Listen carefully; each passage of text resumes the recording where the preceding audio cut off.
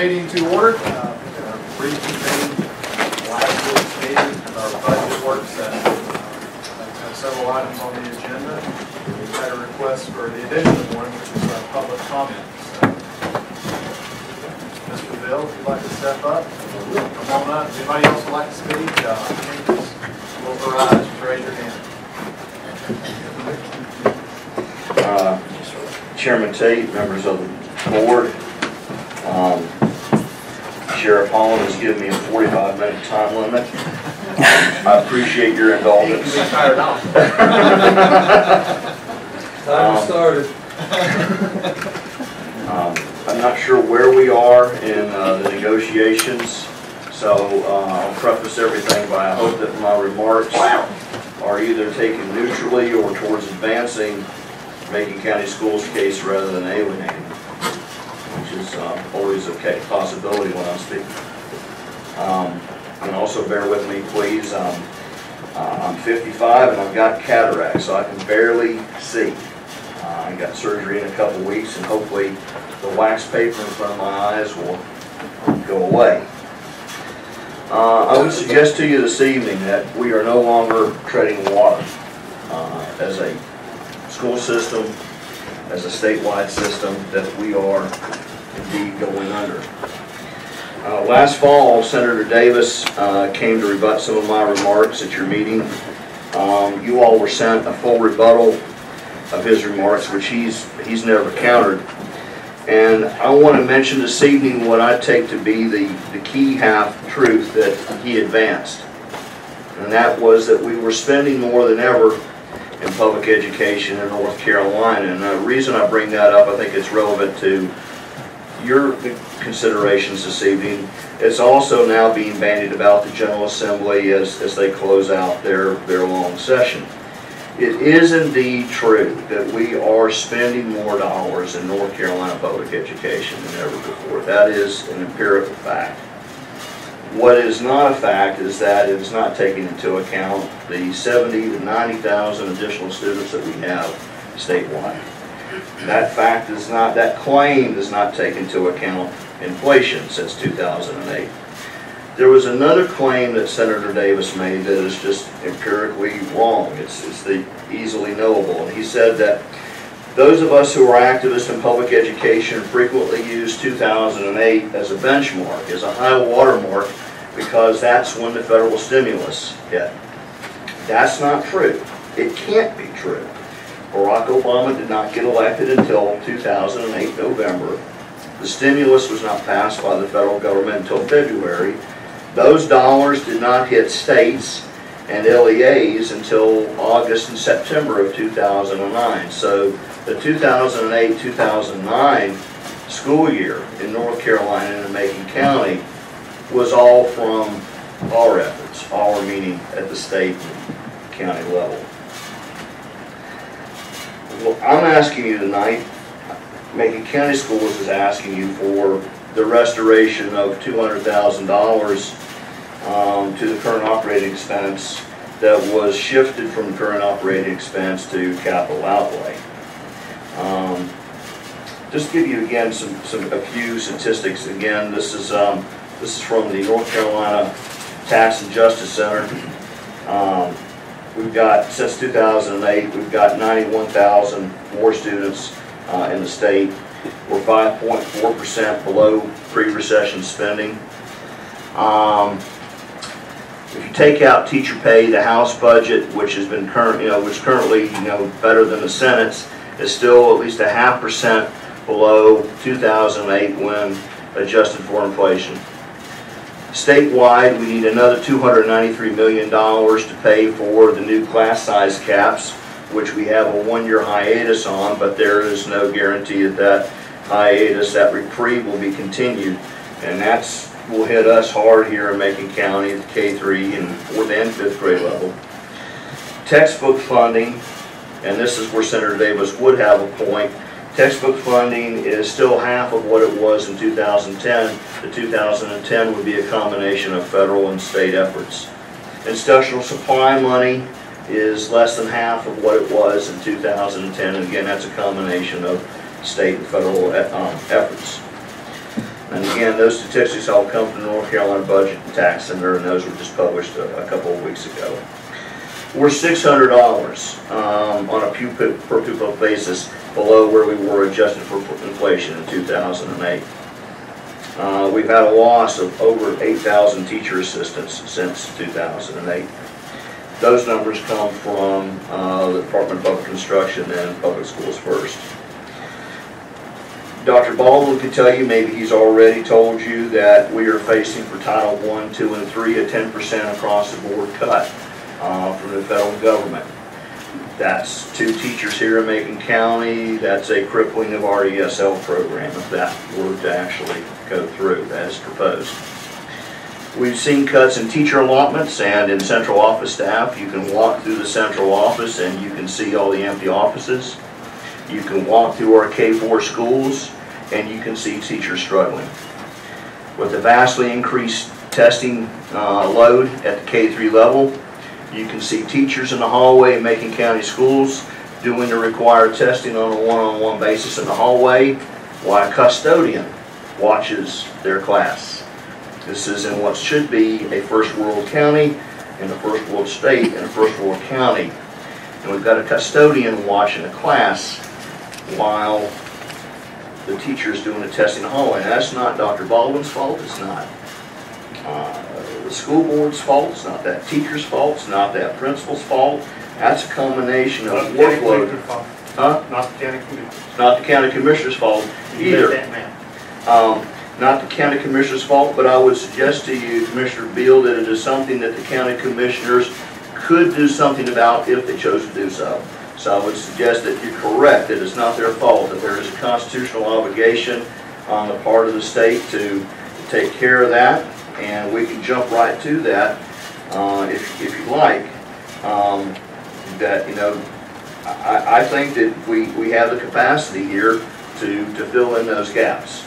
And it's a question of whether or not we're going to continue to look at Raleigh, to look at Washington, D.C., which don't seem to have the same commitment to public education that they used to, and say, well, there's just nothing that can be done, or we can look to our own devices and see what we can do on a local level.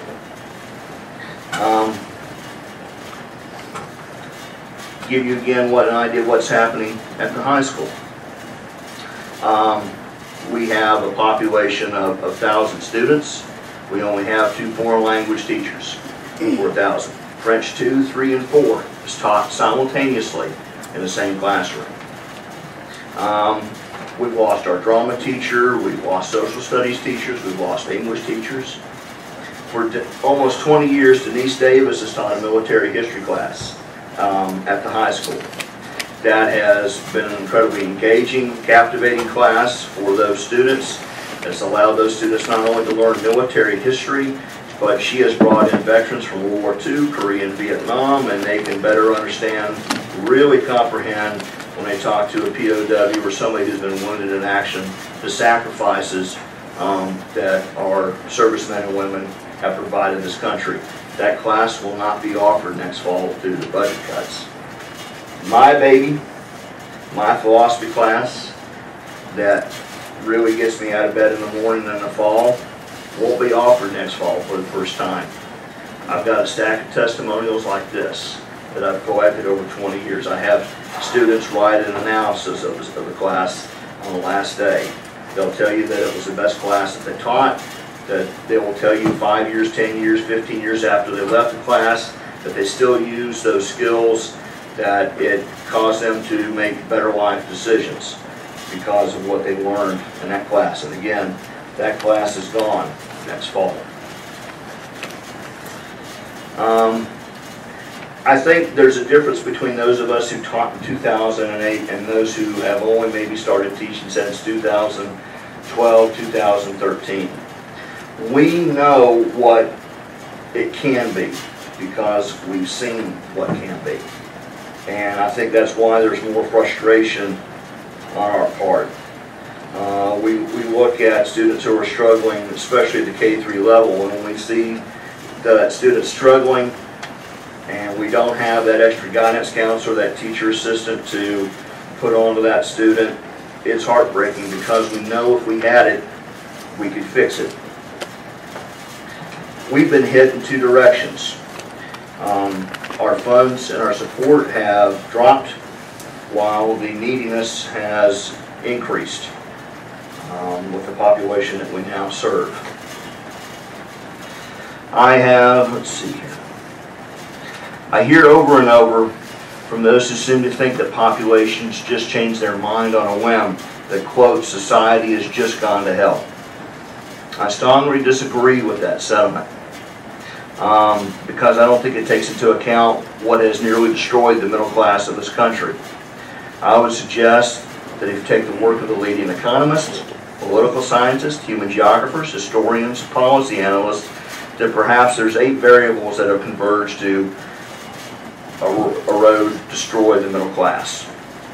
Automation, robots, probably more than anything else, have displaced manufacturing workers. We've relocated manufacturing operations overseas in search of cheap labor. We've got new trade policies which have lowered barriers. It's made this country wealthier, but that wealth has not been distributed evenly.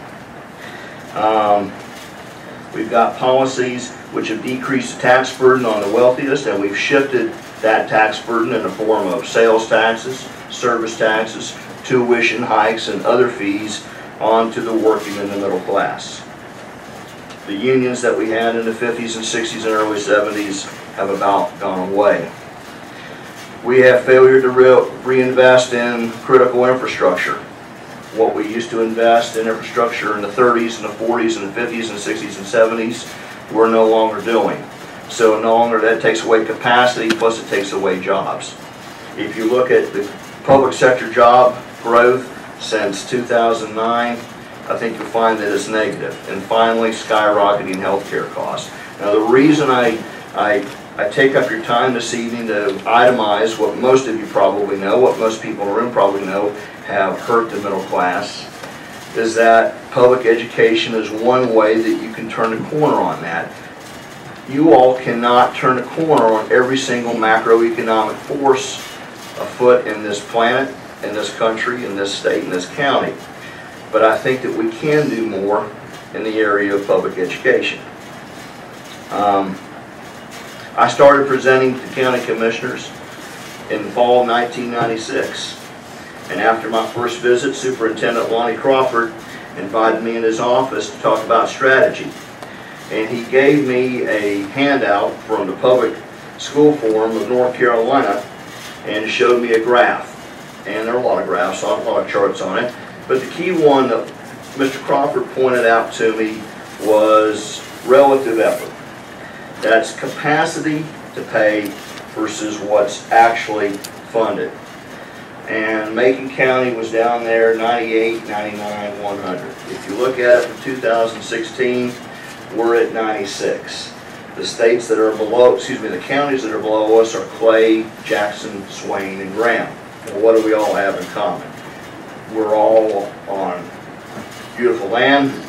It's very valuable, and it's heavily populated by second homeowners who aren't particularly inclined to pay a lot of taxes to fund public education because their kids are grown.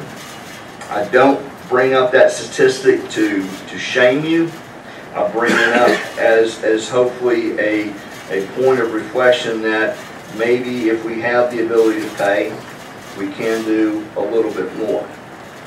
I firmly believe, truly believe this, I'm not just saying this as a rhetorical point, that if you all went to the K3, K4 schools in this county and you spent 15, 20 hours next October, that if you came back to this budget process, you would not restore $200,000 to the current operating expense.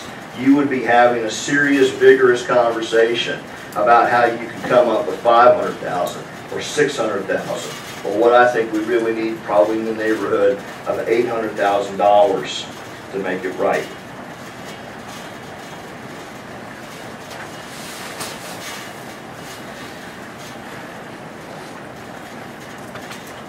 I think that there are perhaps two hurdles that, from what I hear going on, not just this budget round, but in past budget rounds, there are two hurdles. One is the fund balance, and the other one is what Raleigh should be doing.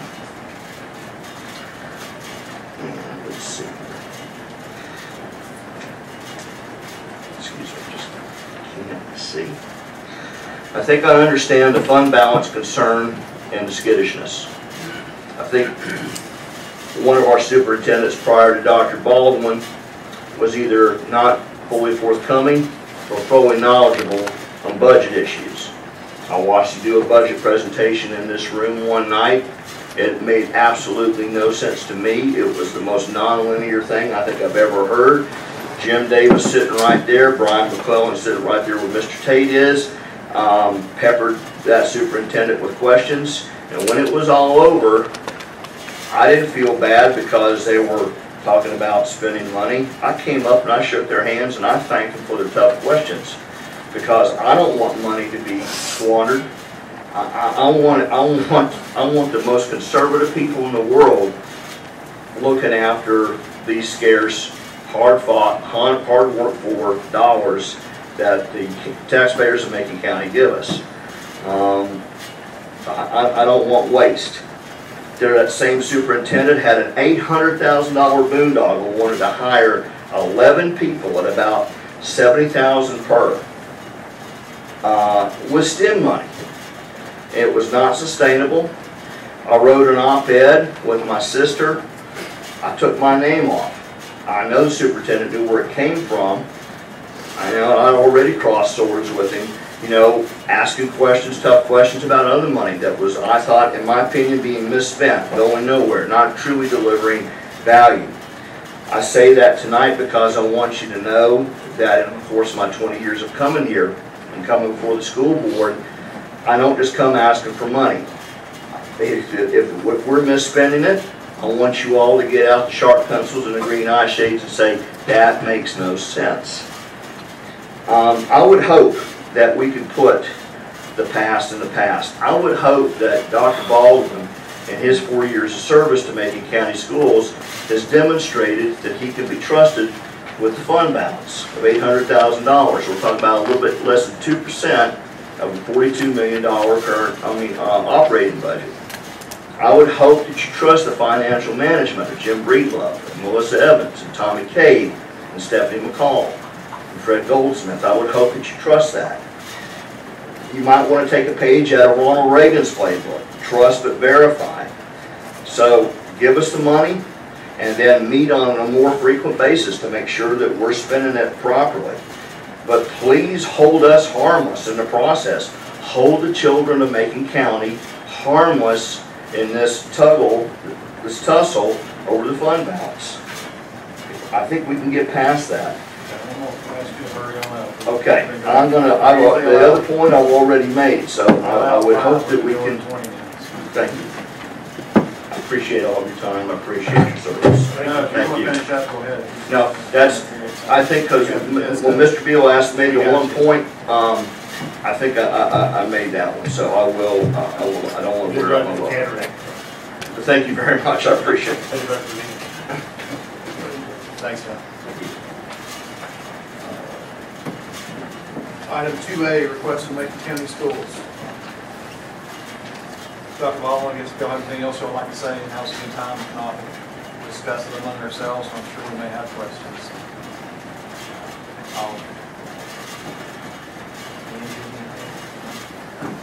Just here to answer any questions. We'll look at the liaisons. I will be. I'll say first, I'm sure we'll all say our piece on this before we kind of show a nod of heads or vote or however we're going to do this. I don't think I've ever hidden behind the fact. I hope nobody can ever dispute that. I've never voted for anything against public education. I've always tried to be a stalwart up here. I mean, $3 that we can find, I would hope would go y'all's way. The unfortunate stance of that is that where we go to balance in our budget is kind of like where we always take something from the sheriff, from his SRO, or something else. You know, if you want to pull something from the health department, might be of a dire need. It's probably the most difficult thing I have to do with this. See, I know where my heart tells me I want to put the money, but I know where my mind sometimes has to say, we're really going to watch things. But with that being said, I'm interested to hear what these other members say. Again, as y'all know, I'm a strong supporter. I can have to find $3. What you said that public education on all boards. Okay. Make a motion. I'm talking to Mr. Greenwood, I'm talking about this motion. Read it.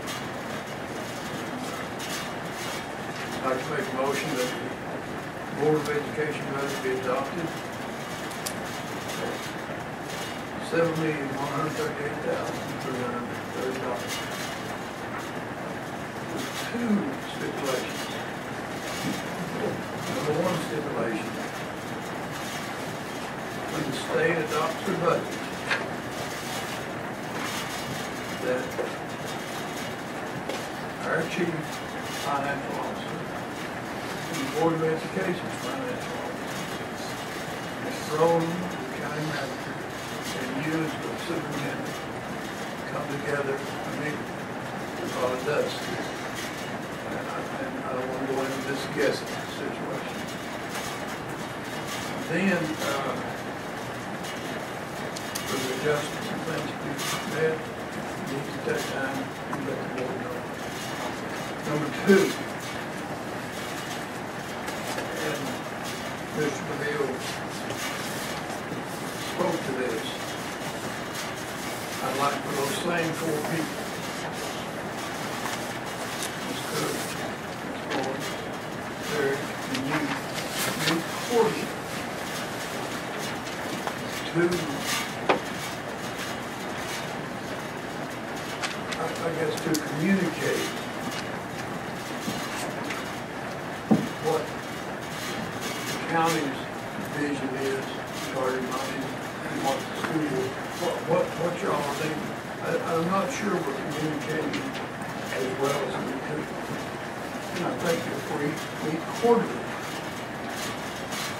that we can progress in the communication line, more understanding. My objective is when this comes around next year, that the chief financial officers and the leadership have a more clear understanding of what's needed. And I've spoken to Mr. Freebody, I've followed that, and spoken to Lord on that. And I've spoken to Mr. Rowland. And that would be my motion. Can I let go back over it? I understand where you're coming from, resolution on the floor. Is there a second? Second. We have a second on the motion. Discussion. Clarify a little bit now, is that the budget request? What's the number you got? They have requested, $7,338,330. And the county's recommendation was $7,138,330. The state is not settled, which makes that $200,000 off. The state is not the school board nor us. We do not know what the state's going to allot. And when the state does make that decision, we've asked these four huddle up and look at this again to see what needs to be done. If you remember, Paul, when Superintendent Baldwin showed the graph, their fund balance can go anywhere from $199,000, I think it was, all the way to $700 and something thousand. An appropriation of somewhere between 200,000, a minimum of 200,000, could be as much as 1.3 if the budget is approved. So that's what we're looking at. If we, so we go ahead and approve the budget as outlined by the county manager, and then that's where we need to pay attention to what goes on in the state budget. And that way we'll know if we go ahead and won't get extra. It ain't so much $200,000 in my mind this year, it's the next year that we could really get hit hard if we don't pay attention. We could really have a good right to Chris, we could really be looking at something or we could not. we don't know yet. It looks like it's gonna land somewhere in the middle as of today. Somewhere in the middle of that, so we don't know that yet. So we discussed the motion. Gary and I went over it, we went over the county manager and with the chairman. And to John's point, and his points is well taken. Remember, the superintendent gave this point of charge of what kind of school system we want, but we want the best that we can have. Yeah, I was just on when he said approve the school board request. That's what I understood. And the school board request, obviously, $200,000 It's a more. county request. Okay, that's what had you they're scrapping here trying to, But I'm wrong. It's the original request. He said, and I assume that second would be for the original It's request. the- What matters is it. And that's the only number in the motion. 7138330, that was in the motion. Yes. Yes. And with the two stipulations, after the dust level, the state adopts a budget. That's just kind of. Go back and look at this, you got $200,000, and go back and look and see what's needed there. If it needs to be updated, upgraded. But these four people, go back and sit down and look at it, then bring that recommendation back to Well, them. I think communication's key. I don't know, I don't feel too comfortable about voting to demand someone. I think there needs to be a party if they're all agreeable. I don't think I can force someone to do it. Certainly more communication better. I believe we're okay with those quarterly meetings, right? And we have one before a quarterly meeting, and that's one when the state adopts their budget. And I believe Mr. Greenblatt and I talked about the end of August the other day, and I talked to Dr. Baldwin. Let's hope that the state has a budget before it comes out. Right, it'll be in July, so that's why I said when adopted. Yeah, I think it'd be good to have an open public session here on how that state budget affects our local budget. Absolutely. And I think with those four communicating, they can relay that back to us in the public as needed. Be good with that. Pretty low. We appreciate everything y'all have done, and so if that's what you feel is in the best interest in our, we have, like I said, we're here to listen. I will tell you what that decision will probably mean is that we have 6 teaching positions right now that we will not fill until we get, if I'm right when I say, I'm about to say that, we have 6 teaching positions right now that we will not fill until August come, because we're just simply not going to extend out here until we have a better grasp of the funding we have. I think 6 teaching positions in a teacher system that we had on hold, that we feel like we need, but we will continue to leave that on hold pending what happens here tonight. And I still think the chief financial officer and 2 leadership, superintendent and the county manager, wrestle with that question, to cover something, including what is in the best interest of the kids in that county. We go back to basic education and quality education. I don't want to get on the soapbox on that, because I think we have responsibility for quality education.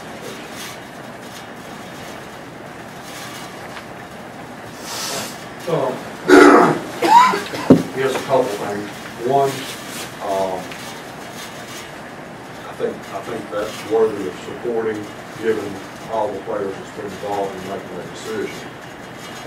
I will say, probably if it was my decision to make, I would fund it at the full amount so that we could go ahead and plan and have those teachers in place, have that exact meeting that you're talking about, and if the state money comes, then we'll get the 2 money back, rather than, that's just my preference of the way to do it. I think that Mr. Shields' idea of having meetings, periodic meetings, will be key in building a relationship, a better relationship with the school board. And that's not something that's going to happen with one meeting. It's something that's going to happen over time. And I think maybe not the members of this board and your board, but board members on both sides in the future, hopefully it'll make for an even better situation. So, obviously a lot of homework's been done by the liaisons, and I think their recommendation is worthy of considering. But I do have some concern about not funding something, looking at a shortfall where we have an opportunity to perhaps correct that.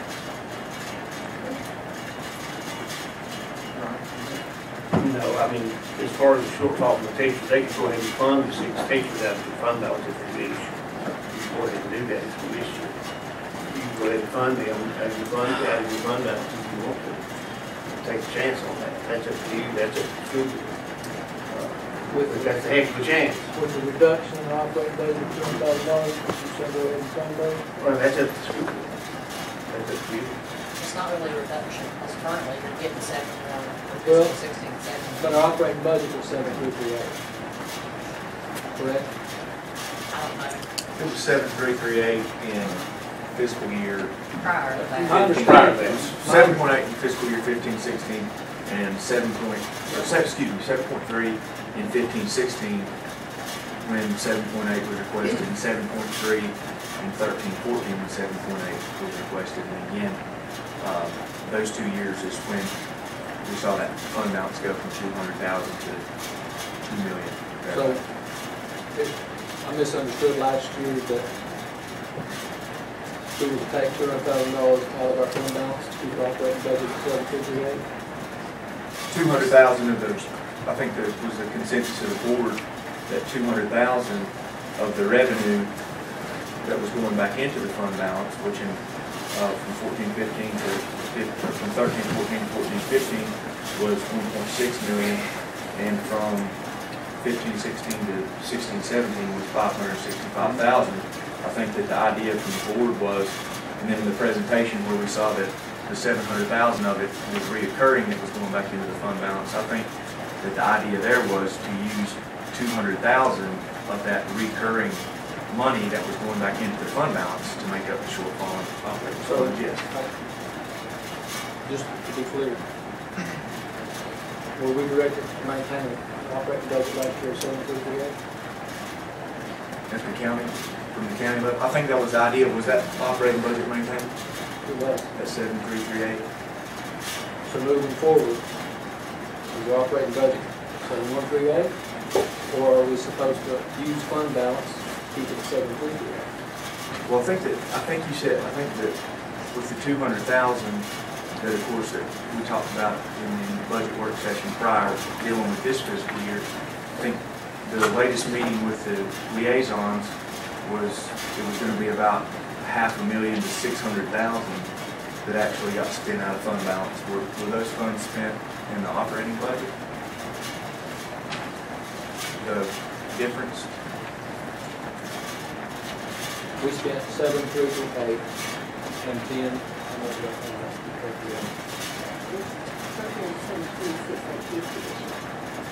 726,850 out of fund balance to the operating budget. So really the operating budget wasn't 7.3, it's 7.8. So it wouldn't be a 7. So it's a 7.8. 7.3. They will fund it at 7.1. Well, I mean, in 15-16, the request was for 7.8 as well, but 600,000 going back into the fund balance if we provided them 7.3. And again, that was 500,000 less than the request. But fund balance increased the same as it did from 13, 14, 14, 15. A lot of it depends on the state budget. That's what we're talking about exactly. That's what we're just sitting here waiting. It's us, dust out here, we're trying to make decisions on the unknown. And it makes it hard on the school board, it makes it hard on us, and it's not just between us and them, and we've got a third player, it makes it hard on them. So I think if the communication, between on the finance man and get ahead of it. Well, it goes back to the question about those 6 positions, right? So that's up to y'all. I mean, that's, Well, I mean, I guess what I'm asking, are you saying that we funded out a fund balance? good. That's a heck of a chance. Yes, it is. well, in budget, and what I'm kind of, I guess where I'm cloudy on here, is in budget discussions, we were saying that it would be a positive impact. In other words, it wouldn't increase the local contribution, but if a compromise was reached on that House bill, that it would impact 6 teaching positions. That's correct. And then the Title II funding with no certainty at the federal budget level, we were assuming that totally going away to cost us 2 positions.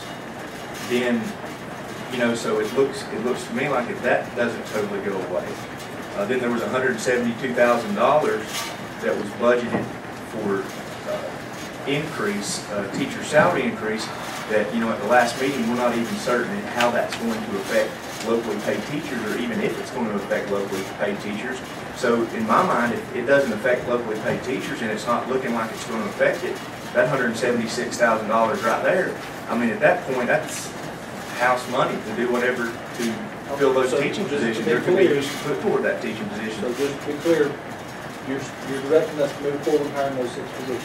I don't think anybody's doing, I think what was said was that that's a decision of the school board and the school administration. I think that what we're saying is, if what we're talking about, that we discussed even at last meeting at $176,000, if that doesn't affect locally paid teachers, then why can't that $176,000 go to it? Or did, You know, I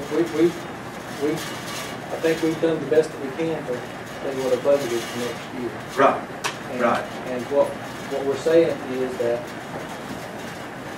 we're uncomfortable at this point with $200,000 reduction in operating budget, which it is a $200,000 reduction on last year's operating budget, which is 7,338. We were directed to use $200,000 of our fund balance to maintain 7,338. What I hear you saying is that next year will be 7,1,338, unless we choose to use our fund balance. Choose to use fund balance? Yes, yes. Or, what was the actual operating budget again that you said you went above the 7.3 was? 7.8.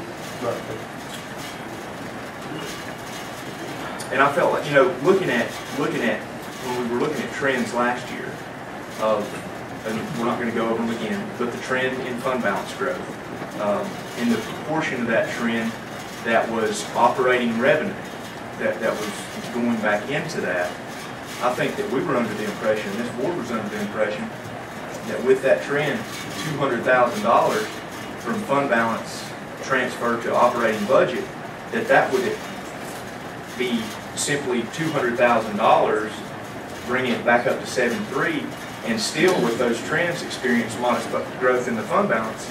I think if you With look- that, I understand what you're saying. and then I when you, won't dispute it. I would just say that I think if you look at the last 5 years of trends in fund balance, you might get a different picture. right, and then another thing though, you know, in 15-16, I think it was 26.72 teachers that were paid from locally paid funds. In 16-17, it went to, I think, 30.72. No, we probably will finish the year up at around 29. 29, so, okay, so we're off about So 0.6 or we're still 0.7. figuring those things out based on the number of locally paid teachers that we have based on their current salaries and based on our operating budget. Right. I mean, we can place them there. And so I think too, at the beginning, when we first got Now, the budget, I will say this too, based on our plan allotment last year, the state appropriated 200, or allotted 202.5 state paid positions. And as you know, at each grade level, the state funds portions of teaching positions. It went from 202.5 to 200.5. And now it's at 199.5, and our enrollment has increased based on that planning line. So I don't know where we're supposed to take that additional state paid position for the loss of that state paid position. So we're going to be looking for that as well. So if we're at 29 teachers, 29 locally paid teachers this year, I think the original budget proposal said that we were, basically, the local allocation was for 36 and a half. That was if the Senate bill, if the Senate passed its budget as we thought it was going to pass back in April. Right now, if the Senate budget is passed, one thing that we did not know in April that has since occurred is that the Senate put a lot of restrictions on waivers.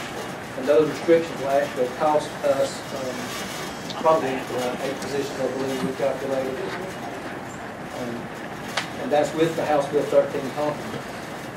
Now, the House budget has none of those restrictions on waivers. So we're really hopeful that the House budget is passed. But if the Senate budget's passed, we're looking at appropriating a maximum, or I should say a maximum. It could be as much as 1.3 million of our $1.3 million fund balance. I guess that's what I'm saying that a while ago. More people could have a lot of clarity in session. Well, it goes back to those 6 positions. If the Senate bill's passed, if the Senate budget passed as it's presented, and there's no compromise, then we're appropriating 1.3 million of our $1.3 million fund balance. So we can't hire those 6 positions right until the Senate and House compromise and the government compromise in their budget. Nobody knows. Are those 6 positions, are these going to be new positions No. or positions that have been previously unfilled? These positions are positions that we had in 16, 17. Positions. Right. And you'll notice on that list that there's several that have already been eliminated. Several that, or one that's been combined, and several that's been eliminated are EC positions because EC budget is over right now. And part of the reason that it's over is because the state funds us at 12.5% of our ADM as EC. And currently we've got about 19% of our ADM that is considered to be contested because it's EC. So we've eliminated some of those positions because if we don't eliminate those EC positions, those would be additional locally paid teaching positions that we can't support. So those positions have already been eliminated. So so I think you said a low of 195 and a high of about 202 from what you get to the state allocation. Right now, the plan allotment that we've been given is that the state would fund us at 199.5 state paid positions next year. That is not taking into account Senate Bill 15, which could move that number up to 205. And so that's the 6 positions that you're referring to. No, the budgets that we presented take, assume that Senate Bill 15 will pass. So at that 199,000, the best that we can hope for, appropriating 199,000 out of fund balance, assumes that Senate Bill 15 will pass. If Senate Bill 15 doesn't pass, then we're looking for additional positions. Well, and there was 2 things, in 15-16,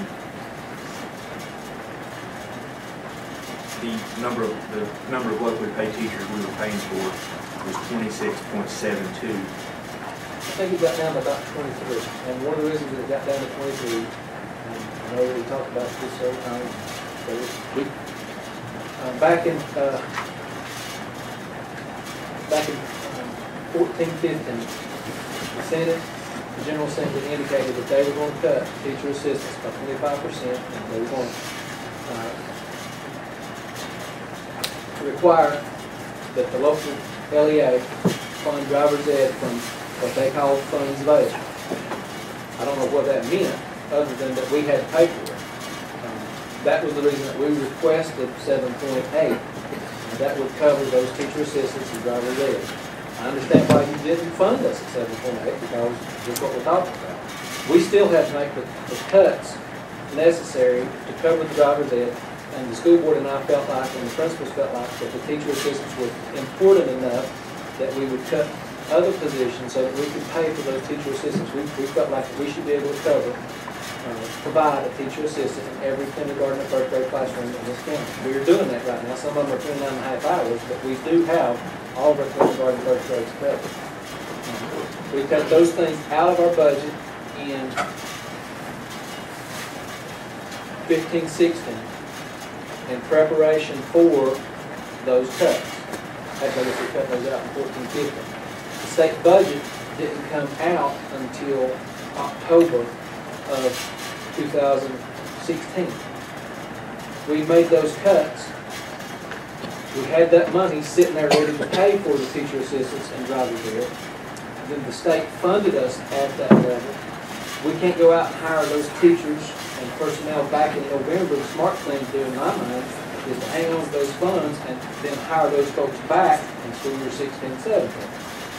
Now, what I didn't know was going to happen was that I knew that our fund balance was going to go up. I didn't know that we were going to get cut on an operating expense from the county. When that happened, and we were told to maintain our operating budget at 7.338 out of that fund balance, we went ahead and hired those positions that we cut out the previous year to be able to pay for teacher assistants and drivers there. So our locally paid teachers went from 23, 15-16 back up the amount that we cut out to be able to pay for teacher assistants and drivers there. So it went from 23 to around 26. It's going to be around 29 by the end of this year. And the bulk of that is because of the cuts that we made for teacher assistants and drivers ed a couple of years ago. When you say cuts, you don't mean sending anybody home? I mean attrition. I mean, as folks, and we had a whole year to get ready for that. All school year 14-15, we were told for a solid year. I think Mr. Bill even said, I'll guarantee they're going to cut teacher assistants and you're going to fund drivers ed out of your local fund. And we had a year to get ready for that. And we did do that. We did ask you for the money, and I understand why you didn't fund it, because you don't know what's going to happen. At that time, our fund balance was much less than it is now. I think it was around $1 million or so. And what's important, I think, to look at that is that in 1 year, we went from going in the negative $700,000 in our fund balance to $279,000. Next year, we have to make plans to go from, we've got to cut $770,000 out of our budget just to break even. And we're at $279,000 of fund balance, so we've got to cut $700,000 and what in my mind was the minimum of fund balance to get us to about $700,000 in fund balance. So we're looking at making $1.2 million in cuts to be able to get to a fund balance of between $750,000 and $1 million, which no one has told me what we should have in fund balance. So we felt like about 1 month of payroll, which is around $600,000 to $700,000, would be a good place to start. Now, we had to plan on about $1.2 million in cuts to get to that point. And we also had to account for teacher assistants and drivers ed pretty close after that. And then we also had to factor in a reduction of $200,000 in operating costs. So it's been a real interesting time in trying to plan how to put teachers in classrooms. Right. And I think, again, it goes back to, we're all kind of in limbo right now. And maybe 2 years later from now, 2 years down the road, just as we're sitting here today saying, I can see now why that $500,000 from 7.3 to 7.8 wasn't there. Maybe we'll be saying the same thing about this $200,000 after this budget comes to fruition and as time continues. But I think that the increased communication that the Board of Commissioners has alluded to here, I think it's going to be a good thing. I think we'll get a lot of clarity to this once the state budget passes. And as Mr. DeVille was sitting up here talking, I couldn't help but listen to the things where you mentioned trust and what's best for the children of Macon County. And the recommended budget, it has nothing to do when it left the operating expenses for the school system flat from prior year. It has nothing to do with trust for the administration or trust the people on the school board, trust for your ability to manage money. It's nothing about that. Just like you guys are seeing the needs in public education, I think this year alone, we're going to see a 23% increase in the number of meals that we're serving to senior citizens at our Senior Citizen Center. EMS has saw an 11.1% increase in the number of transports we're having to do, and the number of the trips to Mission are increasing. And with the recent decision to pull labor and delivery from Macon County, we can't help but assume that those trips are going to continue going up to Mission. We have an aging emergency communication system that is all of our volunteer fire departments rely on, our sheriff's office relies on. And speaking of the sheriff's office, I think they had a 16% increase in the number of calls, and just alone in our out-of-county housing costs that are a result, again, indirectly of what's going on at the state and decisions made there. That is a direct impact of $300,000 a year on the detention center budget just to be able to house inmates out of county in line with the state regulations. And, you know, I say all that to say that taking all these needs into consideration, you know, Jim with the Medicaid services he's providing at the health department, we went out the roof. We try to do the best job we can and make sure that all these needs in the community are met, including public education. And it is nothing about trust. It is taking a certain amount of money that you get from having a certain tax rate and trying to distribute that money in a way that allows us to meet all these needs in our community. And right at 20% of our budget, it is no secret that public education is and will remain a top priority for this board. And I appreciate that. Just in the spirit of open communication, we're not being directed to hire those 6 folks. What has been the pattern, Chris, since your tenure on the board of the anticipated state budgets? You know, we always plan the devastation. Has there been a crippling state budget approved? I mean, was there really a big hit in the... I wish I could tell you about a pattern. You know, it goes back to what we were told about teacher assistants, drivers ed. We were told for a solid year, your teacher assistants allocation is going to be reduced by 25%, and you're going to fund driver's ed from funds available. And then we didn't get that money until October. And then last year, you know, it was better. I mean, we did have a little bit more to go on in terms of planning. But this year, with what the Senate, what we saw first from the Senate, with regard to class size caps, so we planned for that. Then House Bill 13 came along, and then the Senate actually proposed their budget, and it has all those restrictions on waivers, which actually impact us more than the class size cap. Now, I can't say where that's all going to come out. I hope that the House, if the House budget was passed just as it is, you know, it's obviously the best budget for us. But it is followed apart this year then. The House and Senate. This is biennium budget. This budget's good for 2 years. This is biennium year. So this budget's good for 2 years. It's been 2 years ago, and it was not this far apart. When the budget came out, when you pretty much was 1.5 and what's scary about it for us is that they're both spending about the same amount of money. So I think the compromise will get worked out pretty quickly. But the scary part is that they're spending the same amount of money, and they impact us so differently with the restrictions on waivers on one side and the House not having those restrictions on waivers on the other side. The scary thing is, since they're not spending any more money either side, you know, I think the compromise is going to be easy to reach, but that'll have a pretty big impact on us. But we do have a small school bill. It looks like it's in good shape. But now both the budgets that I presented, the House and Senate budget, assume that that's going to get passed, and because it's already been through the House and Senate. I hope that the governor will be there. And I don't think it matters if he did. hope he beats them. Hope that he does. Oh, he will. So We assume that will pass, and that's why we put it in the budget. So that's more money.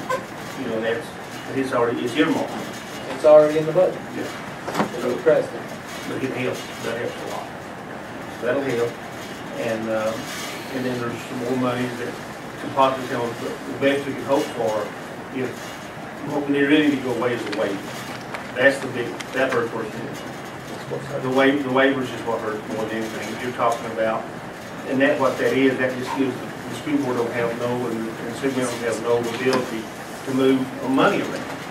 What do you think that's a realistic policy to keep it those waivers? I think the waivers are having struggling what to do with the waivers.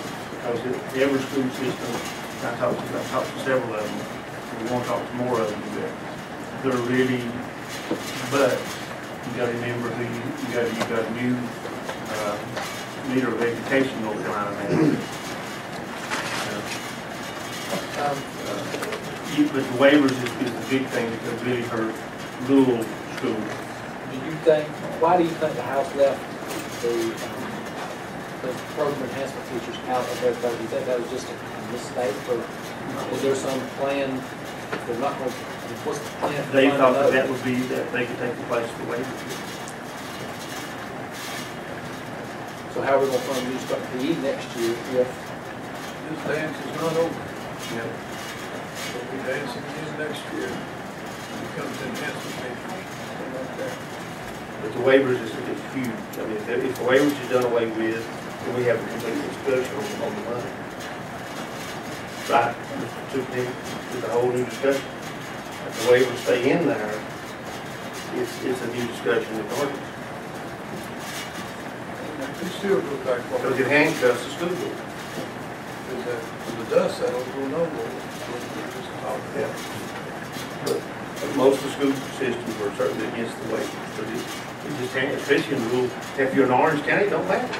You got $18 zillion, it don't matter. But when you got, there's 80 rural school systems in North Carolina. well, that goes back to those 6 positions. I hate to keep bring that up because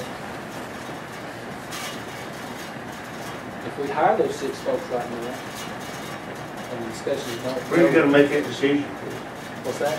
1st of July, 10th of July, 12th of July? Depends on who you talk to. Up to 17, we need to do it right now. You're the man. Well, You're the man. these principals are looking for teachers right now. And they won't get Well, more out there. What's the drop dead date? When the school starts? Teachers report August the 14th. So you got some time. You got till 1st of July, mid-July anyway. We got some time to hire. In the Senate Bill 15, now House Bill, what was the class size reduction? Were they retain the flexibility in that? Was that House Bill 13? House Bill 13 we're talking. House Bill 13, and now if that compromise stays in these budgets, that alone is 6 teaching positions, is that correct? If the House budget's passed, it means that we will not have to hire 6 additional teaching positions. If the Senate budget's passed, that means that we won't have to hire 6 additional positions to meet the class size cap. But it also means that those waivers are back in there, which will cost us 8 positions. You're swapping. 6 for 8. Yeah. It's not even If the Senate budget passes, that's what we're looking at. If the House budget passes, we don't have to worry about the class size cap, nor the waivers. The Senate budget passes, we don't have to worry about the class size cap. But we now have to worry about the waivers, which is not what we didn't know anything about those waivers in March or April. So that's the reason if you listen to Mr. Shields' motion, what it says real closely is that as soon as the state budget is passed, and we know what's going on, then we can real quickly, if we need to, we can come back. If we don't need to, we can't. That leaves the budget flat, don't take no amendments, leaves the budget as is. And we should hopefully, the way it's looking, they should have hopefully have something at the end of the month, maybe even next Friday. So if that's the case, then that gives the school board time about these 6 positions, know what's going on with it. The waivers done away with, then we're all having a different discussion. So that's, and as you can tell, the school budget is complicated at best. And so, and always has been.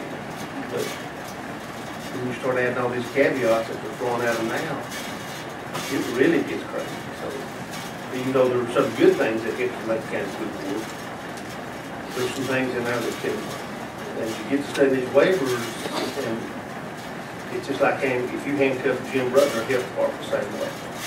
You want a prime example. He can't spend money on rabies shots.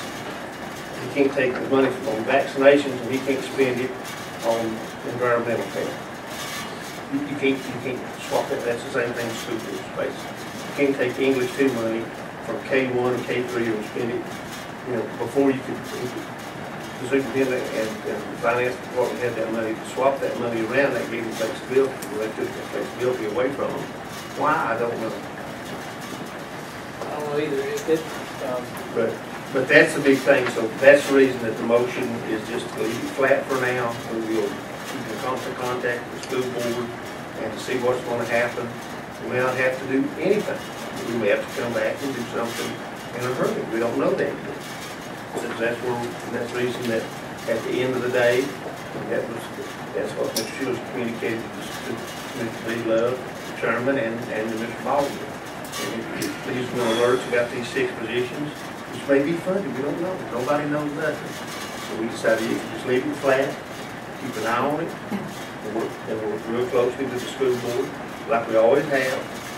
This board, I've been here for 13 years, we've never, when we found out what was going on, we did a long time before anybody else was in the room, I think. But after that, we've always worked closely together, and we've never ruled out for it. We've always worked it out. We will this time. So that's why we decided to leave it flat and come back and find out what's going on. Nobody knows. Just make sure I understand. Leave it flat. Then you put some 7 foot.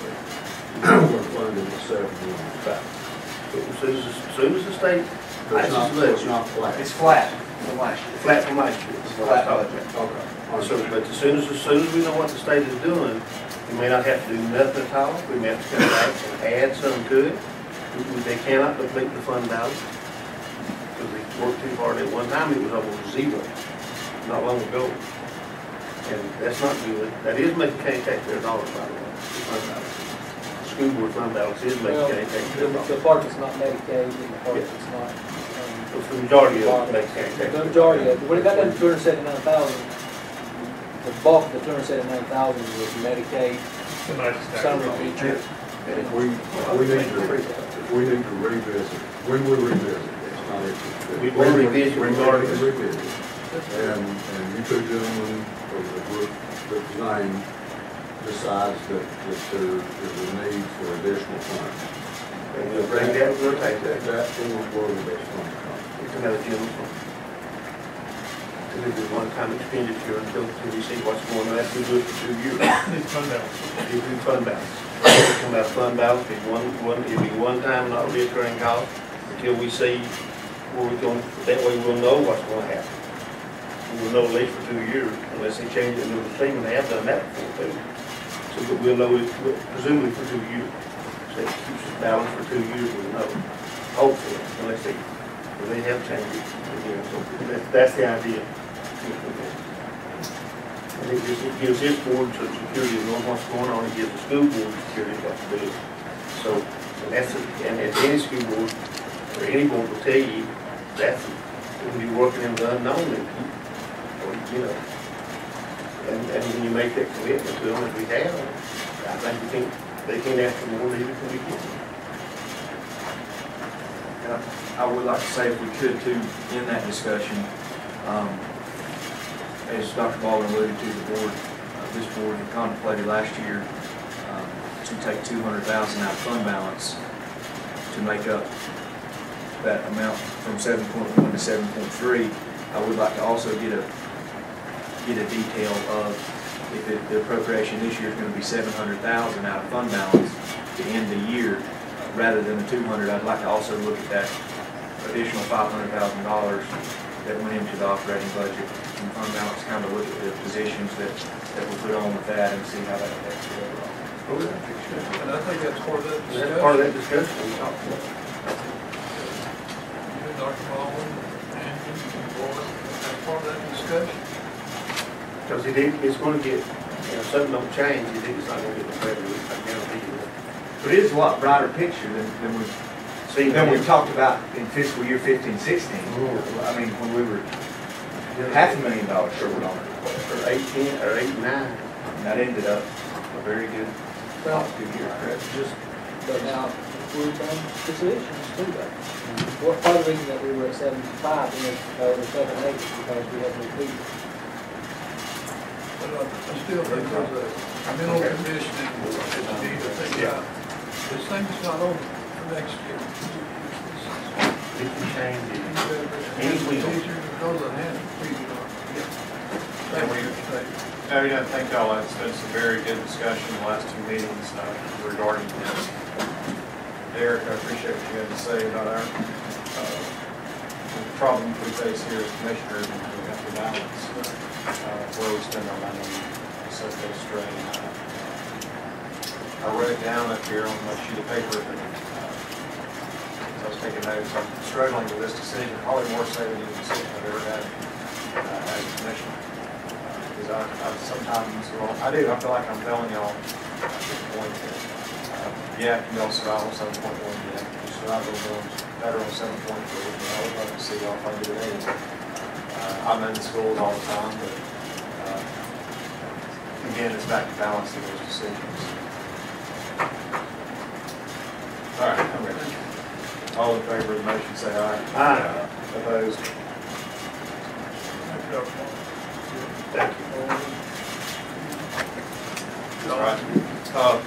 Kenneth, I think you had, sorry, I appreciate your patience. I think you had a commitment, so I'm going to go ahead, so nobody's here from Franklin Fire Department, I'll go ahead and move going up.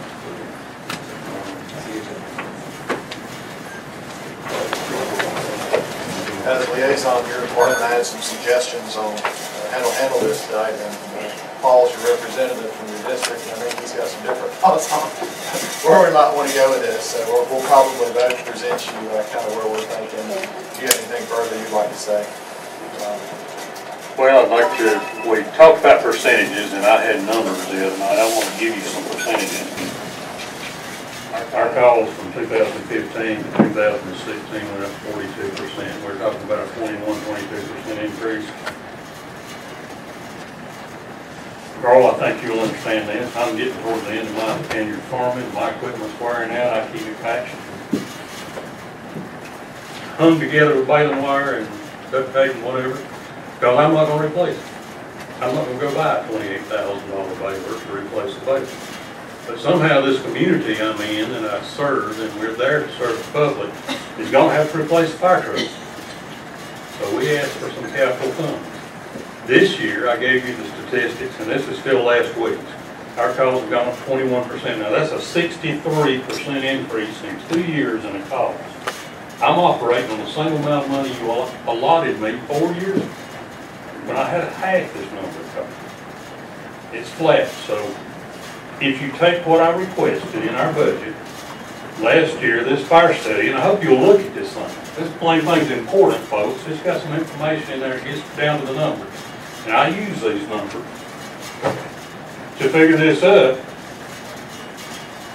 Our calls last year, per call we had, cost $722. If you give me exactly what I requested, and those calls continue for the rest of the year, go up 21%, I'm going to get to $729 per call. Folks, the public expects it. They want the department to be there. We strategically located our substation to serve the new school and all, the churches, the Baptist Children's Home, where you've got, and the, I call it Family Restoration Center, but up on the hill. And we've had several calls out there. This makes us close. This substation is closer to me and my firefighters. The other thing this commission is going to have to address is we don't have a lot of young folks coming along. I'm losing a firefighter tomorrow. My son is going to Wisconsin. What he wants to do and what he's trained to do, the job's not here. And I had a commitment tonight, but I'm keeping. Tell you, my community needs this. You can do what you want to. But some of those old heads, and Ronnie, I think you mentioned this one other time, when you look around at the leadership left, a lot of them got gray hair and gray beards. It's going to be tough. You're going to have to figure out how you're going to provide fire protection if you're going to provide it, and rescue protection. And if you're not going to provide it, let the community know you're not going to provide it. And don't have them expecting us to take every little call when DOT can't get to the tree across the road and the school bus is blocked in. Is that an emergency? Is that what you want me to cut out? You know, it's up to this board to decide. But those are the numbers, those are the percentages.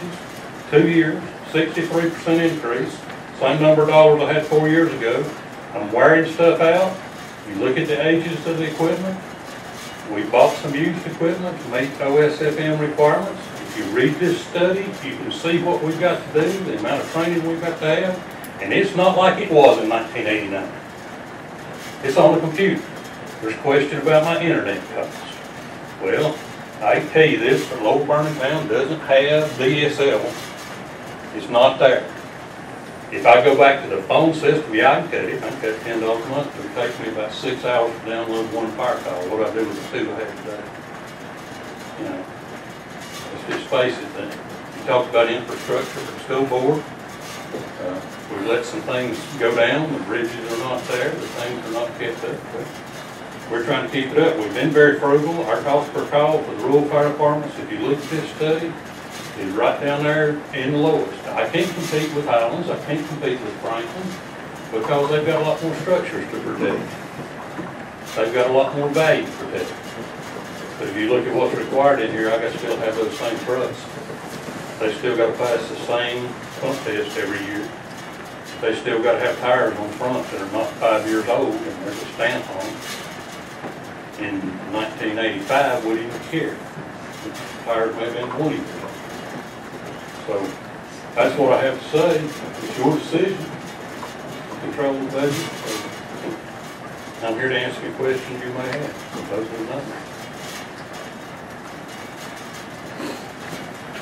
Sorry, you want to start, you want me to say? Oh, I'll absolutely start. Ken, I appreciate it. I've been involved, I've been involved lately, but I was on the fire department. I'm not personally questioning your internet calls. I'm questioning, why did we spend $550,000 without apprising this board of that? The people who have to face the taxpayers out here. We're the ones that vote these things, tax increases in. The Birmingham Fire Department doesn't.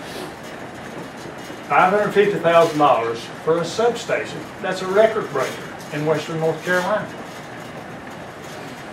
Mr. Dillard, Chief Dillard and Glenville Cashers have built 6 of them. His most expensive one's $158,000 when he just completed.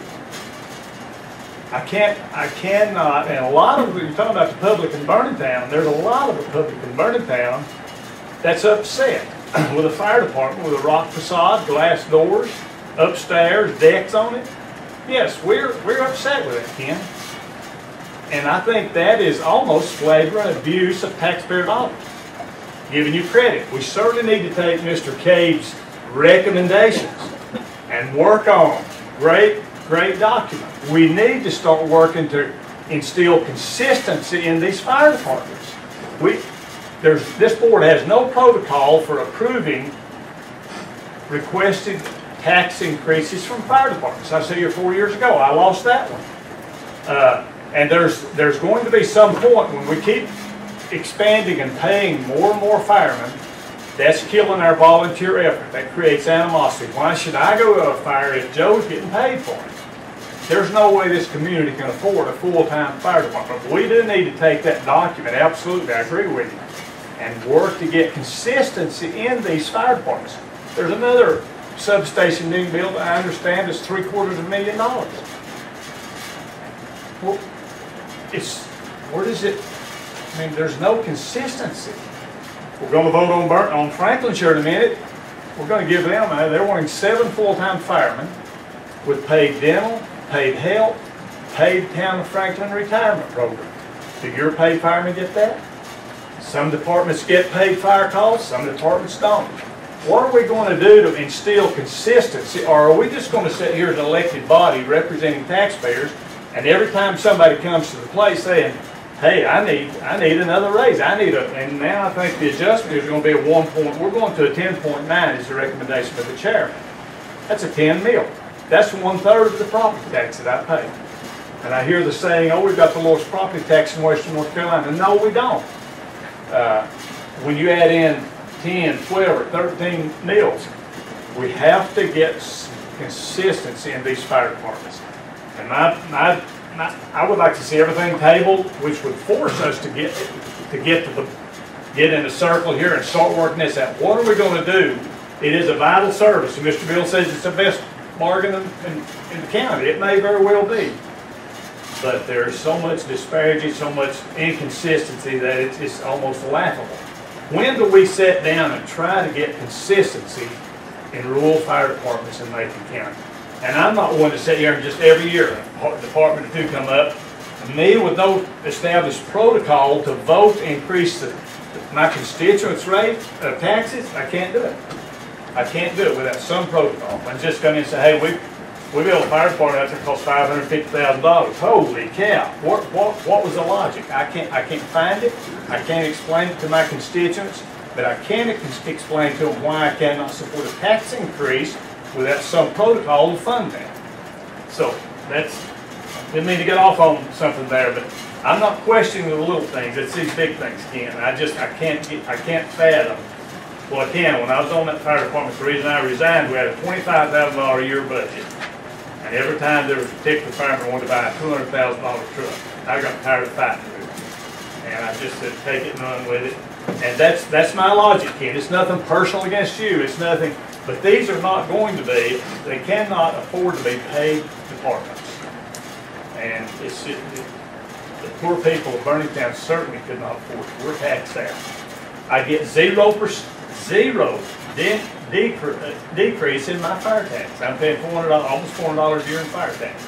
I get 0 insurance savings. And I know you gave some numbers the other night. That must have been some other answers. Mine's State Farm. I've been out there and visited with them twice. Now you're saying that given this increase, you will work to lower your rating. Well, it's been there 28 years and we've gone from a 9 to an 8B. And I'm in the private sector in the world. If I want a reward, I want to perform. So if you get your rating decreased, then certainly come back to this board, would be my opinion. But that's an incentive for you to work to get that decrease for your people in Burlington and Hope. But me, for one, my opinion is going to be, I'm not voting for anything close to 20. I cannot fathom a 20-something% tax increase. I can't do it. It goes against every bone in my body. So that's where I stand at it. I think it's important that we get that document you wave there, get Mr. Cave and interested parties around the table and work to unify, get some consistency in these rural fire departments. Thank you. Anybody else? Paul, I agree with you in principle. Our fire departments provide an excellent service. I would not hesitate at all to live in any district to make the change and have these volunteers protect my family's life and my property. Is the system broken? Yes. Are we trying to address it? Yes. Is it going to be an overnight address? No. Is it going to probably take a year? Probably a lot longer than that to get addressed. So, in the meantime, these departments are still running calls, they're still increasing calls, they're still running through the day-to-day difficulties that they have. And I have a fear of hamstringing them until we can get a decision made, if we can come to a conclusion. I know this staff out here is working really hard on it, and that document that they've got started is a good start. And I got to give Mr. Cade kudos for initiating this project and getting started and recognizing what's going on and listening to us where we're going. And this fire task force that we're looking at this year is one of the first steps in Warren's game plan on how we're going to handle this. With that being said, I was going to suggest not a full increase, I was going to suggest a partial. I felt like there were some things when I reviewed your budget that weren't necessary, what we felt like for reducing your insurance ratings. And I was just going to make the suggestion, interrupt the discussion, just my thoughts.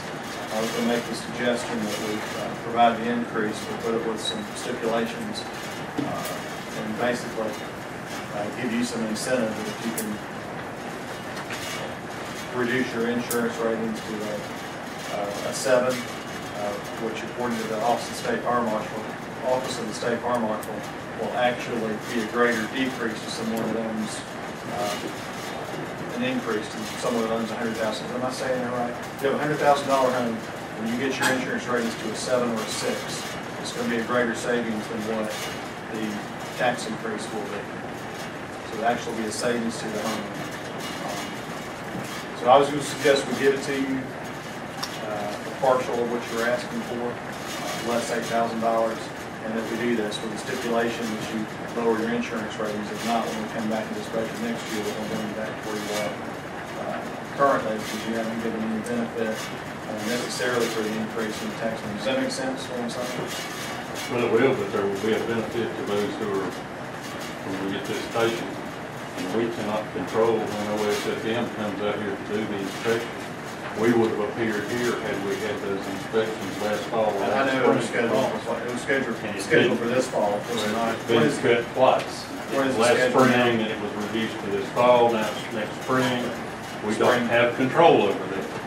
And I think that would be OSFM, so you can say next spring, if they move it again, yeah, we may come back if you without it. have an inspection, you can't help that, but if you can have it, it would be. But it's good to gonna see all save the those. ones, and there are insurance companies that give a decrease, and it's in this study, from the 9 to the 8B.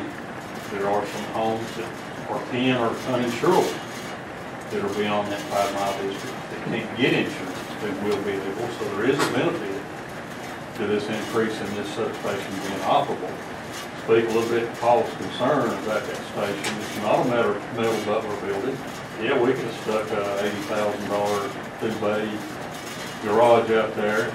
Number one, it wouldn't have been pleasing to the eyes and the community. The ones we leased that property from was Baptist Children's Home Society. They had some input in what they wanted. They wanted it to fit into the community, into the structure. We got bids on that. That was not the $750,000 bid that we got, was not the one we accepted. We talked about that before. The station is designed where it can be, as the community grows, it can be added on to. If we do have to man the station, we'll have some accommodations in it where we can have the meetings, community meetings, backup generator. It may well in the future become the main station for that area, because that's where the population center is. School is, that's where the churches are. You know, there are some other churches that are near the other station, but it's designed to be added on to. Those of you that have visited, I think Carl came out one day and we walked through the station. I think he understands that it's designed where it can be added to when future needs occur, and in 20 years it's not going to be obsolete. Be able to be maintained. So yeah, it's going to cost a little more to make something that's worthwhile. I'm sure this oak paneling in this boardroom and this desk also would just leave the sheet rock too. But it'll be there for them. Any other thoughts? We'll finish with If you're, the rest of it is basically has to do with that kind I had on my list. Just asking you to work with the county staff to reduce your ISO ratings. And the last item that I had on here was to, in an effort to help, I think what Paul's getting at in his overall gist, to save taxpayers as much money as possible. I think it would be, just from my knowledge of what goes on in your largest adjoining district line, which is with Cowee, I think it would be a very good idea if you and Cowee can get together and see what's the best possible solution for y'all to work together and potentially save those taxpayers money, whether it's moving lines, whether it's working together, whatever it might be, to help save. Again, as I mentioned in our meeting last week, our number one goal up here, I think, is to see life safety and property safety, property protection for the best possible bang for the buck for the taxpayers. I think that's what we all want. But I think that, and I'm going to ask other departments to do that as well. I think, again, your largest line probably is Cowee. I think it'd be good to see those two work together. Potentially, again, save taxpayers. Those were the items there.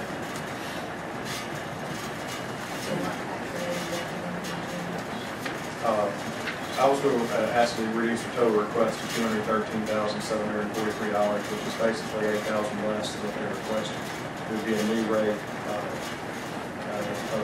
0.1009 or 0.0142. .0142. tax rate will be 0.0142, correct? And that would be a decrease. That would be- 10.9 would be, 10.46 is what they wanted. And you're saying you recommended 10.09, which is a difference That's of correct. 0.142. 0.0142, that's correct. I'm getting confused, because Highland was at what, 0.009? So that's a 0.0142 decrease.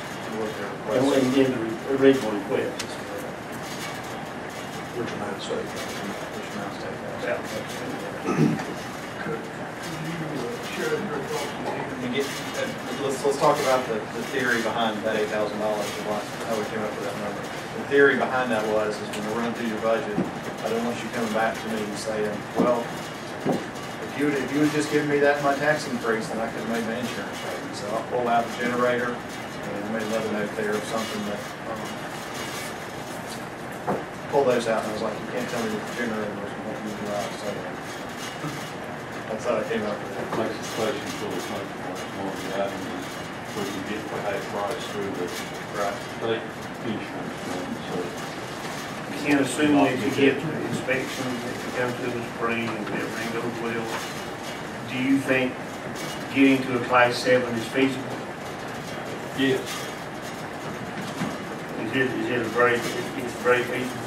we've already acquired a service truck, another 1,000-gallon tanker pumper, filling stations, passed all the pump tests, whatever. We have that to put in that station, to get that station number 1 at the pump. That'll save, like I say, using these numbers from this study, that'll save $8,600 to those taxpayers immediately once that station gets up and gets inspected. And it'll be, and that's assuming half of them insure $100,000 worth of profit. So, And in this if budget. it's more than that, it'll be more than that. But And then you'll have some support too from, within our budget. If and when it passes, we'll have the task force to support. That's right. So that's, a real benefit to get that class 7. But that's really the linchpin for, I think, for me, is what it's doing to help. If Paul said he's never got one in 20-some odd years, then, that's a big deal. That's huge. I mean, at the end of the day, you can't replace what y'all do, regardless about the insurance rate. If you can get that, and offset that, and as far as the $550,000 building, it's a very nice building, and it'll be there for years to come. 5 years from now, 10 years from now, that same building will cost $1 billion. So that's the way I look at that. So, could you build it cheaper? Probably. Could I build it cheaper? I don't know. I doubt it. I wouldn't. So, the building is what it is where it is, and it had to, what if you had to buy the land? So I think it'll serve the community for a long, long time. As our airport continues to grow, just for the airport alone.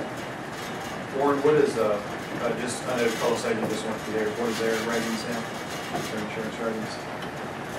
4 or 5. So they're over 4 or 5, so potentially, They're 5 now.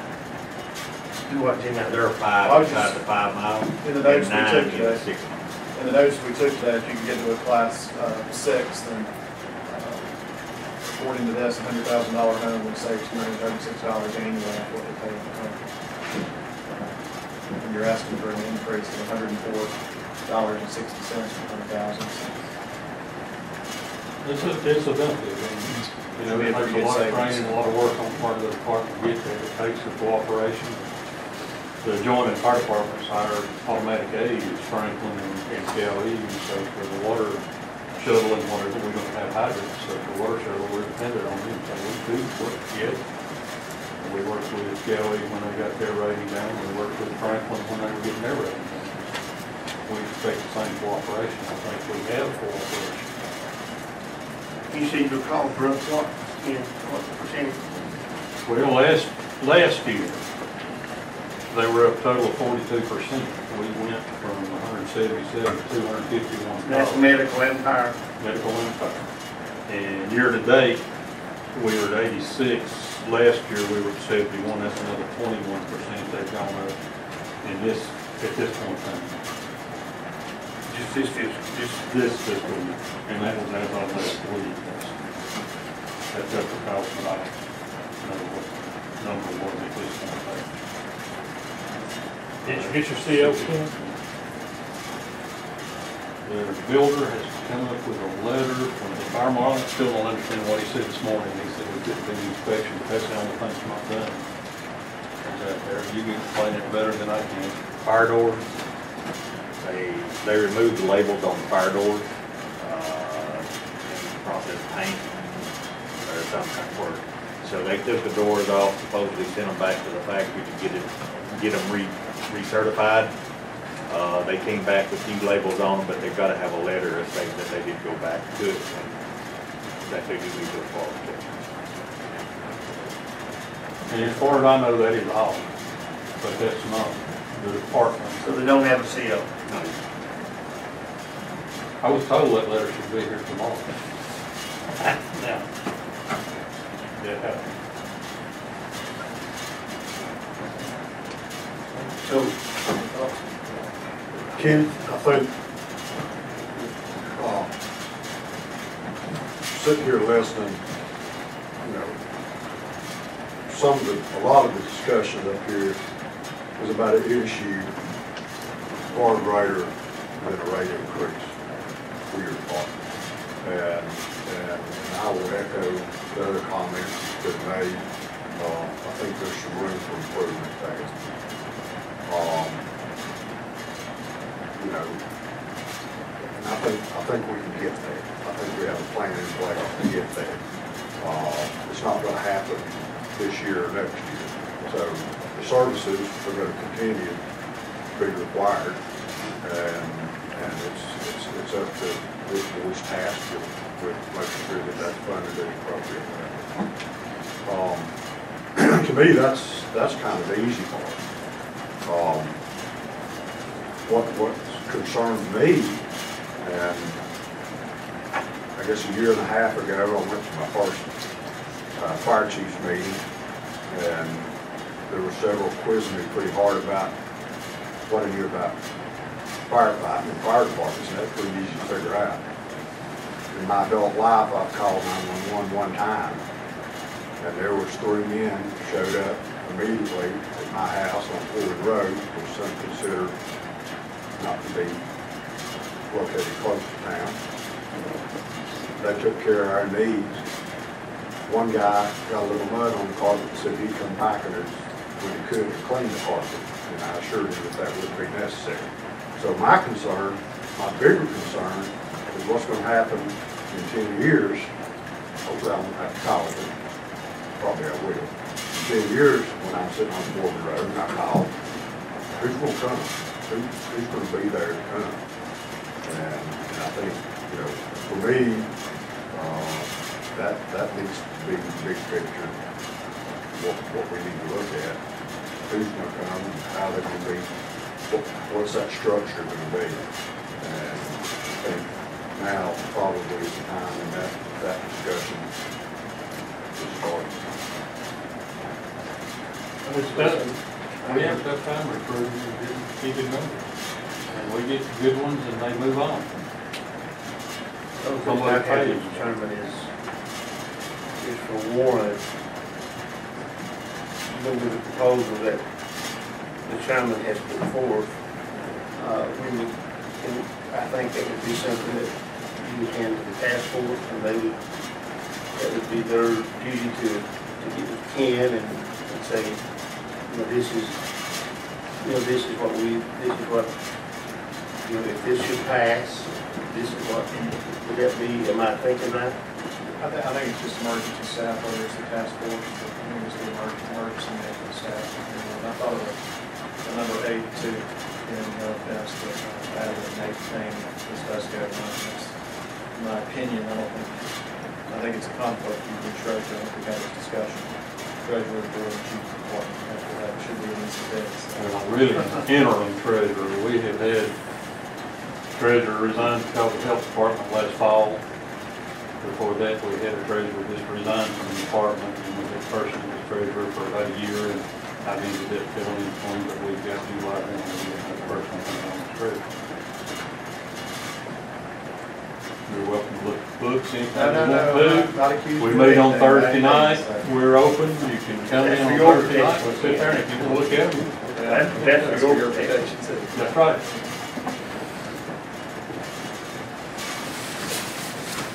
So is this your recommendation, Mr. Chairman?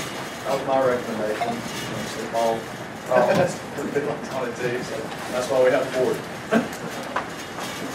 I'm not used to winning arguments, Steve. So with the recommendation of the chairman, I'd like to make a motion that we go with, to provide Vernon County Fire Department with the stipulations as outlined, including number 8, and that would be to set the new tax rate at 0.1009 for the Vernon County Fire Department, and the stipulations as outlined, which will be presented and included in the minutes. That's the motion. On the stipulation that you come from the 9 to the 7. Yeah. That's correct. We're like, Is that, let me, you get this sheet? I'll second that motion, Mr. Chairman. We have a second, is there any? I've got an extra one right here.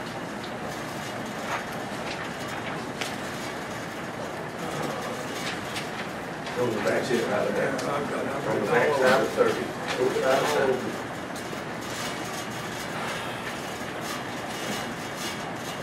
We have a motion on the floor and a second. Any further discussion, any questions? All in favor, say aye. Aye. Opposed? Aye. 4-1, Mark. Thanks, Chief. Franklin Fire Department. Anybody else want to go first, or I have a suggestion on that too? Change your copy. Like, at the privileges.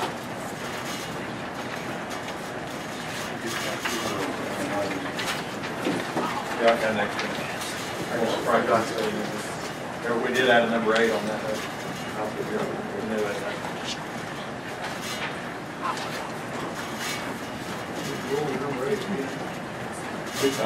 That Ken is acting as in on the paper and just. Board of Directors, and he's also Chief of the Department.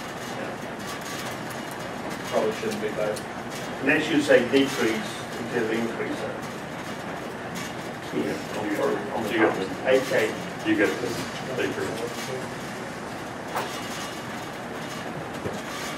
All right, my same theory with Franklin Fire Department's increases. All of you know from the past testimony, Franklin by far runs the majority of those calls in the county. They probably run just about as many as most of the other departments, rural departments combined. They're looking to add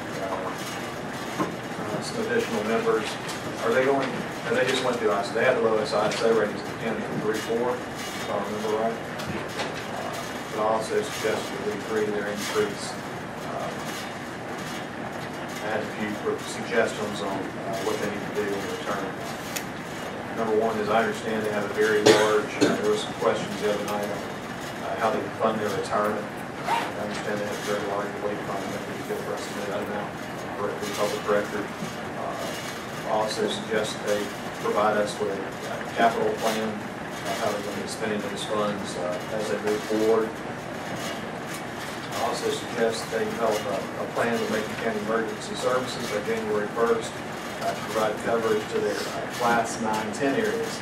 Yes, they have the lowest insurance ratings in the county, it's in 3-4 areas, but they also have some areas that are outside. And as I mentioned, Chief McCaskill a minute ago at Burlington, about dealing with Cowee and trying to work out some of their differences. I also think the Franklin Fire District could do the same thing with theirs. And if I'm not mistaken, I think they actually have the Mountain Valley's Fire Department. Doesn't it sit inside of Franklin's Fire District? The building itself is actually out, but the property around it is inside. And the 9-10 areas that they presently have are along Cowee's border and along where else? Honey Grove and Mountain Grove. So that would be Palisades. also don't suggest that they start working on how they can provide better insurance ratings for those areas, whether it's filling out that area to another department or substations or wherever they might decide to do that. And I think we need proof that they are providing the service that they said they're going to, just provide proof of not two persons, 20 hours, 24-hour coverage, not the person. Questions? This shows what, so don't see compared to Birmingham, there's no penalty, that was no penalty period if they do not get it. Good point. Tell them the same thing. Take it back. I mean, if they, if there's, do you think it's necessary, Warren? I mean, Honestly, I think you can tell them that we're gonna take the increase back. If we give them those goals, we say, we'll give it to you depending upon these goals. I think we need to tell them the same thing. If they don't meet these goals, I think we need to. These are not complex goals. Burntown's got a lot more work to do. yeah, Birmingham's got a lot more goals, but I still think if you're gonna penalize, you're gonna say, this is your penalty, and we're gonna start down this road, like Paul said, we're gonna start making headway and categorize these things, we should make it across the board. And it needs to be open enough that if we look at those class 10 areas, it may not be financially viable to put a substation there. We may not be able to afford a $200,000 building there. As long as those people can still get insurance, it may be, they'd be better off to not have one there, but we need to at least look at that to see if that's. We're making $400,000 as opposed to packing in. Those are guidelines we need to set. Somebody has to set it. And I'm the guy who has to vote on it, so. Pretty easy. I mentioned quantity of calls from, just for reference, last year, Town ran, the number of fire department responses, 251. Franklin ran 2,230 calls. Think about that per day, you can understand why that. Has mutual aid up those numbers in it? What percentage would you say that this recent mutual aid agreement has done with fire calls? I'd have to look at Franklin's, but theirs is one of the highest because of their central location, because they go all geographical directions. Burntown's gonna be lower because they're kind of boxed in, they don't have a couple of geographical directions, they can go somewhere else, but Franklin probably has the highest. And there's a pretty strict protocol on what you respond to. Yeah, they're gonna respond automatically on structure fires, anything that's an assumed structure fire, they're gonna automatically do. And you're gonna get two, you get a primary department, and you get two what we call automatic aids right off the bat. Collins is actually a cashier, so they work, actually working those guys. Those numbers, I was in the pool catch. Yeah, they have those numbers of people that are, when we call them automatic aids instead of mutual aid, when they automatically go, those manpower numbers are what adds up to get your inspection lower. When you go through the OSFM inspection or your rating, those are the ones that count. So that's why you have those certain ones responding, and there's a clause in their contract that says what they have to bring, because that's what the state counts for. In that picture, that's you two run? Oh, okay. He was just making mention that we're going to put Burntown in Oh. stipulations, we'll need to put Franklin. What? Consistency? Exactly.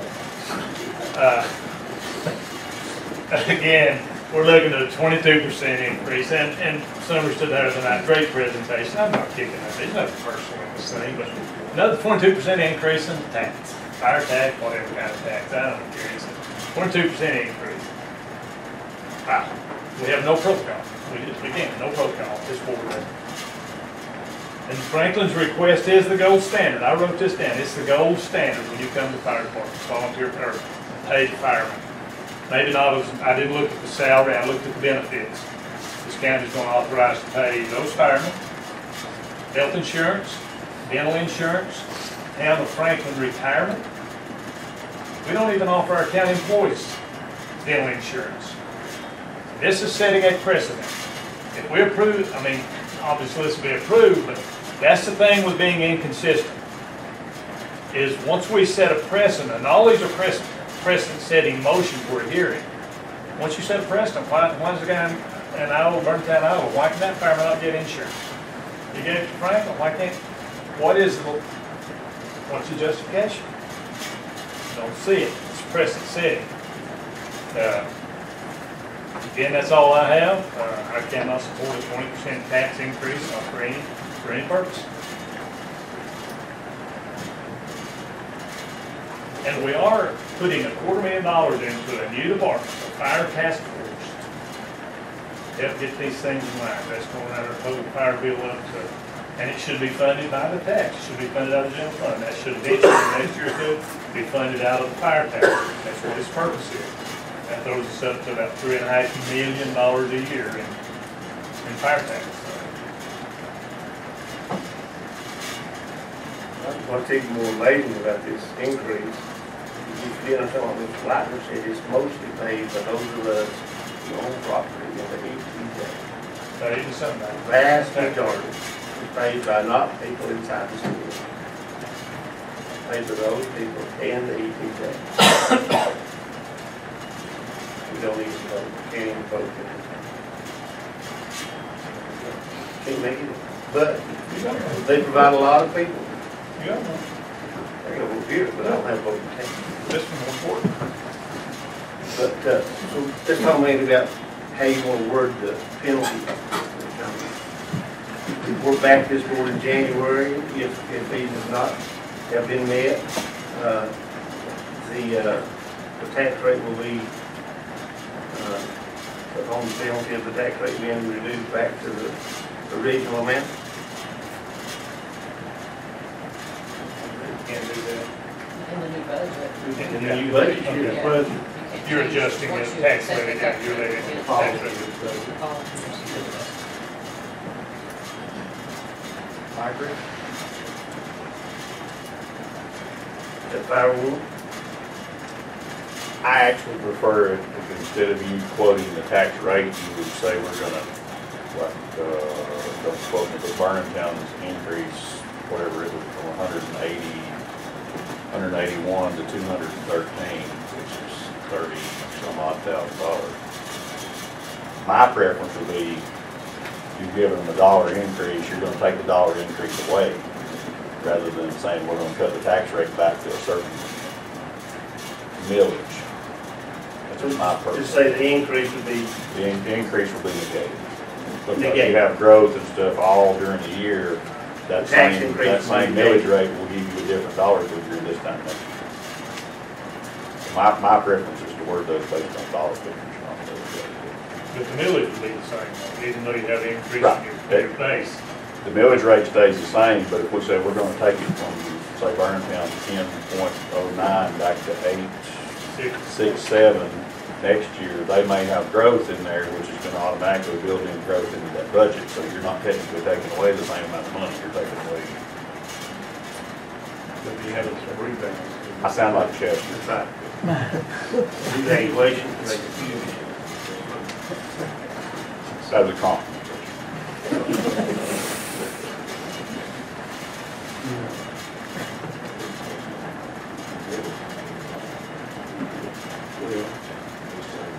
Burntown, y'all said dollars.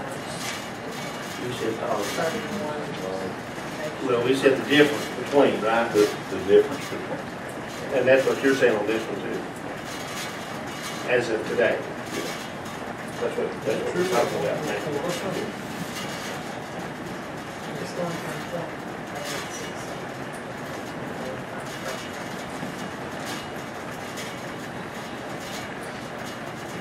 Franklin's opinion. Questions, comments? Direction we headed? I'm ready. You ready to go? Mr. Chairman, based on your recommendation, I'll make a motion that we approve the Burntown request as presented with the caveat. Franklin, who did I say, Burntown, I'm Franklin, that's what I was. Franklin proposal as presented with the caveat that they report back to this board in our meeting in January of 2018 with a full report. And that if the stipulations outlined has not been met, that the difference between the current rate and the current rate, they give the tax increase, they will be asked to be reimbursed in the next budget cycle. Further discussion? Be reimbursed or just negated? Negated is the right word. Negated. And just to clarify, that tax rate is .0545, which is 1 penny above their current rate. That's why I have to. .0545. Yes. Yes. 0.0545. Yes, .05. Difference is an increase of 1 cent.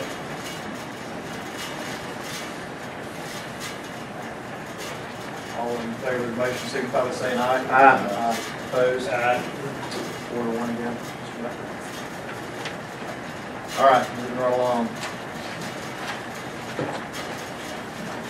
Or do you have a copy of it? You need a copy of it. Request from Macon County Public Library. Welcome back. Aaron. I will try to be very brief. Thanks for allowing us to appeal and ask you to reconsider the recommendation for the library. I wanted to just mention a couple of things. When Derek presented his recommendation a couple of weeks ago for the county budget for the coming fiscal year, he noted that there's been an overall cost, overall increase in the cost of doing business for Macon County and for everybody. And that's true for the library as well.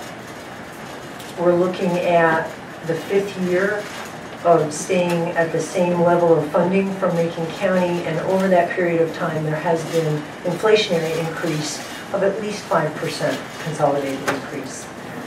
So we would ask you to consider at least to keep us at the same buying power, because our costs have gone up in personnel, our costs have gone up for materials, our costs have gone up in all of our operating costs. The other thing that Derek mentioned was that Macon County had invested in their most valuable asset, and that is its employees. Macon County's implemented a compensation plan that has allowed Macon County to be regionally competitive. The library would like to be able to reward its employees as well. That's the bulk of our request for the increase, is indeed to reward our employees who serve Macon County citizens every day. Derek mentioned that education is a priority. And listening to the discussions tonight, I know you have a lot to wrestle with when it comes to formal education. But I ask you to remember that the library is there for people lifelong, whether they're enrolled in a formal education program, whether they're preschool, whether they're school age, whether they're in higher education, or whether they're not enrolled in a formal education program at all. We hope that Macon County citizens will continue to learn throughout their lives, and the library is a resource for them to do that throughout their lives. We provide a level of service throughout our county in 3 facilities, in Nantahala and in Highlands, and here in the Franklin area. And we do that for less than $30 a person. Last time you bought a book, maybe even an e-book, $30 is the average price of a print book. So you can buy 1 book, or you can have all of the things that the Macon County Library provides to you for that cost for a year. So we think we're pretty good bang for the buck. And we'd ask you to consider an increase to the library in order to reward our employees and to continue serving the people of Macon County with the excellent service that we provide. I'd be happy to answer any questions. I'll start. Okay. I can't disagree with anything you just said at all, period. Can't disagree. I do have a question. You mentioned basically what we're spending with your county citizens spend. So it's just under $30 for library services. When you compare that to some of the surrounding counties, a lot of them across the state. That's fairly high. Is there a reason for that? Is it, just Judy, give me your thoughts on it. Well, there are a couple of things there. One is how many facilities we have. So we have 3 facilities. So if you look at neighboring counties, in Jackson County, for instance, which is a very similar county, they only have 2 facilities. So right off the bat, we've got a 3rd facility. We're open more hours than the Jackson County Library, combined hours of the 3 facilities that we have. A lot of expense for employees, and that is where the majority of our expense is, goes into how we are providing the level of service that we are. So when people have needs that relate to digital needs, for instance, they don't know how to use a new laptop or a new tablet or a new phone, or they don't know how to get an email address. That's a fairly labor-intensive process for which we provide assistance to the people of Macon County who come in for that. So there are many libraries who, what they provide are books, and we provide that too. But if you're going to help people find and evaluate the information or the resources they need, learn how to use new tools, learn how to compete in a very changing world, then it takes more money than just checking out a book. So some of those costs go into having more people on staff so that we are able to assist the needs that we see that our board has evaluated and adopted in our new goals and objectives for our long-range plan. A couple questions. This little handout that you gave us last time. It lists. Great. That actually comes from there. You may be able to better answer this. 1617 Macon County Water Sewer Bill, $4,209. That was for just this facility here. Yes. Okay. Then we've got Macon County Electric Bill, $27,135. There again, that's just for this facility. And the one in Nanahaven as well, I think. Yeah, because we don't pay the utilities out of our operating budget. That's correct. Hudson Library, garbage, water, and sewer bill, $11,584. That's all paid to the town highway. That's your J.B. disposal to get garbage. Okay. Correct. I'll probably remember what percentage that garbage is. I sure don't. Has there ever been any discussions between the library and the town of Highlands about working something out on water and sewer bill? It seems like there would be some benefit to the town of Highlands for that library to do that discussion. There was discussion and what it's sort of like our enterprise fund with the landfill. They said if we do it here, they have somebody got in church down the line. They'd have to do the same thing. If you do it with one, you got to pipe it on down the line. That piece of the town of Highlands is on the close to town needs water, sewer, power. So they're not even providing internet. No, not to that library. No. We provide that through Fontana, and thankfully we qualify for E-rate discounts in order to provide internet and connectivity for the people in Highlands. Because otherwise it would be a really tricky thing to do. Very expensive.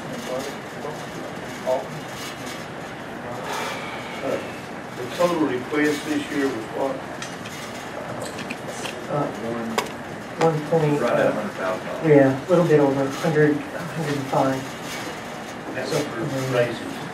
The majority of that is indeed for raises for employees. We talked about with and, if your employees have some of the best benefit package. We talked about the benefit package for firemen. Your employees are right there with you. And they have it is wonderful excellent. benefit package. It is indeed So an if excellent they add benefit that package. to hourly wage, It does increase the value, absolutely. Sadly, not especially now. less than half of our employees are either eligible or accept our benefits part-time. package. So, right. Some of them would get 30 hours. So that's pretty good. I don't know, no place that works 30 hours to be good. And we increasingly, we are removing those positions. You either work 40 hours or you drop below 30, so you're not eligible. Yeah. Well, it's a practical decision. Did you ever go out and look at insurance rates? Oh, we have. We have. Did you talk about that? Yeah, yeah. We have looked at a number of providers. Small pool makes it a little difficult. So. I'm not sure I understand. Part-time, there are part-time positions at the library that are benefits. It was. So at 30 hours a week, we offer medical benefits. At this point in time, I think we probably have, we only have 1 or 2 people in that category, and only because they've been with us long enough that when we began to change that policy of 40 hours or you drop below, we're not going to take away their insurance. So it is moving forward and has been our practice for at least 2 to 3 years. As everybody has seen the cost of health insurance go up, we're just trying to be practical and reasonable about the way we do things. So of the 29 employees, how many currently receive that benefit, full benefit pay? Of Macon County employees? Or in Fontana? Well, I have written down there's 15 full-time and 14 part-time. That's when the chairman was here the other night. Right, right, So right. of those 29, how many are fully benefited employees? Well, then there's a difference between being eligible and actually taking those benefits, because I've got 2 who don't take the benefits that they're entitled to. So of the people that we got 1, 2,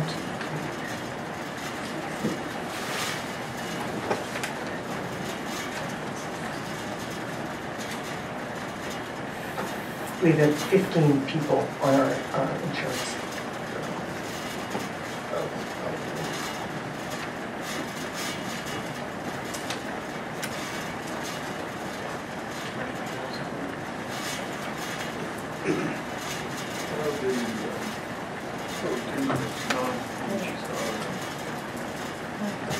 Of the 15 that's got insurance, how many of those are 30 hours? We have 1, and she's at 36 hours. So the only employee,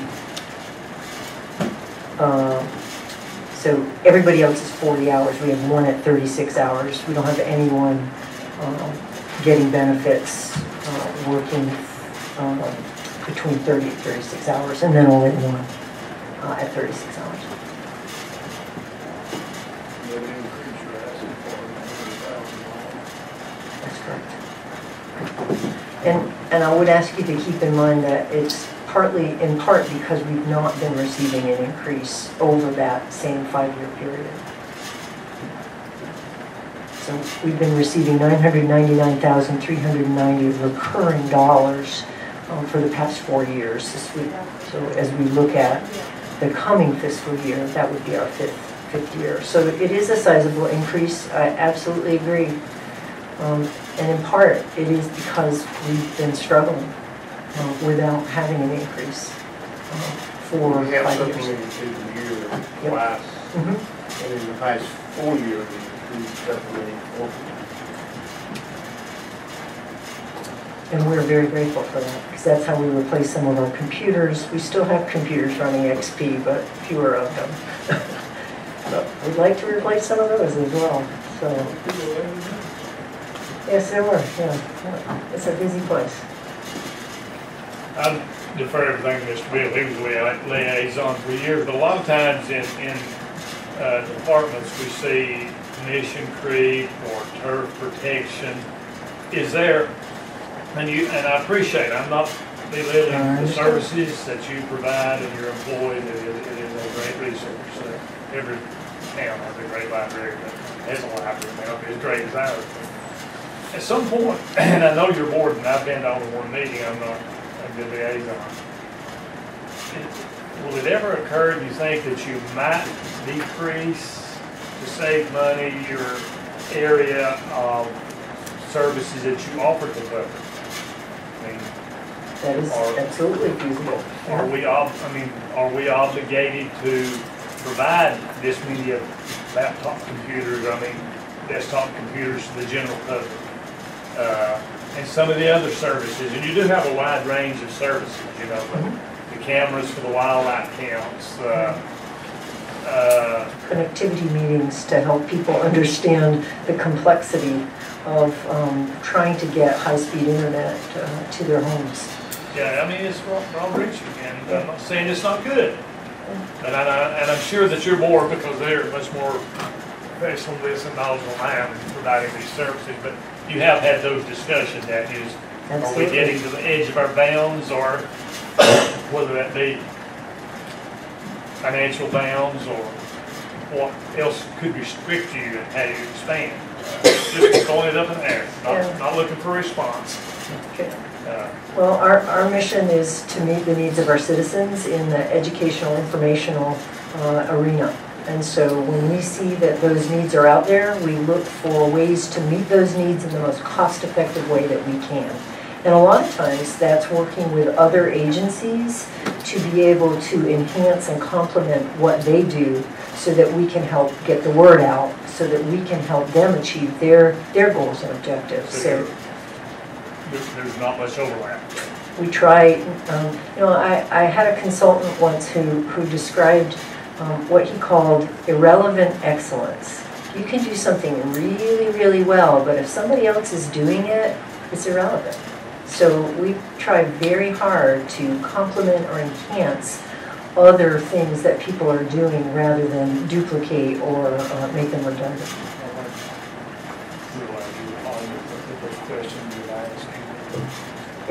They're important questions. Where's the loan on the library? Where's that graph at? You know what I'm talking about? Are you saying when it pays out? Yeah, where is it at? You know? It should be on the bottom of that sheet, Carl, that. It's not gonna say when it pays, it's not say when it pays off. No, it don't say that. From last fiscal year to this fiscal year, that number decreased by $5,000 or $6,000. And I think it is at in 17, 18. We're at 16, 17, we're at 218, 615. It's about 223 in 15, 16.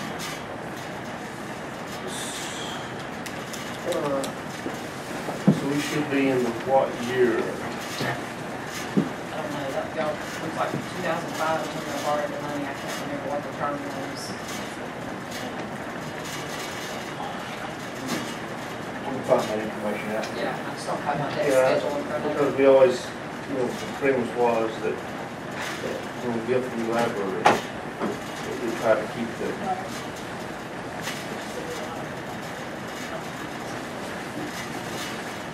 Let's see, it pays off July of 2020. 2020, so that debt goes away in 3 years. That's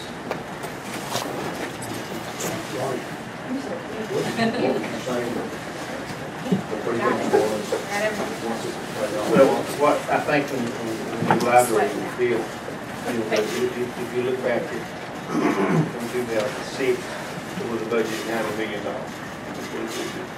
The budget said $1 million.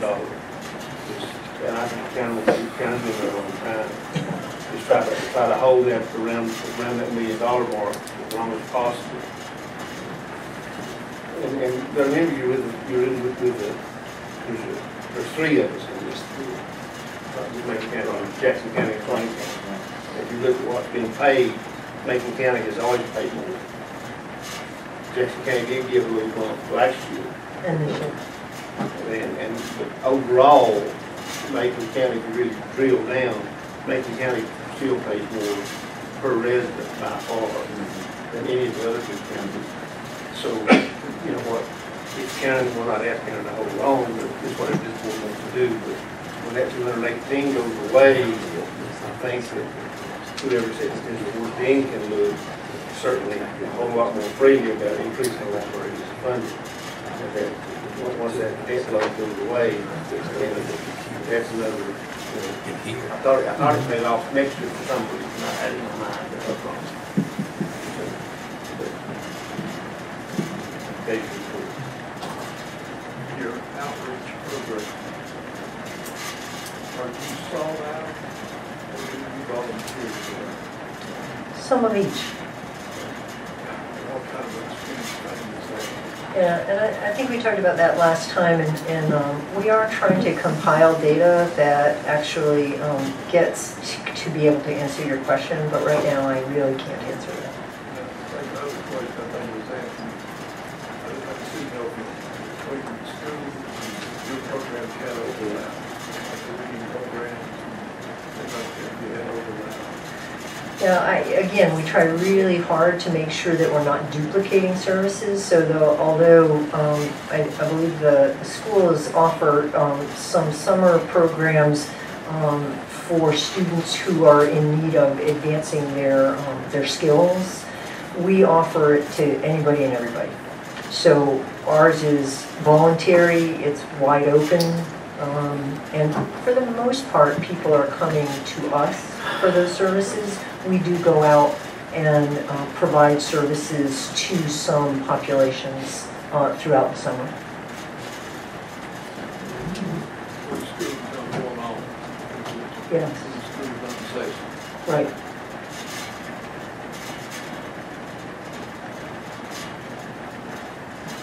That load goes on to 2020. I had It's it fiscal 21. dig in. This is fiscal year 21. Right. Do the first month of fiscal year 2021.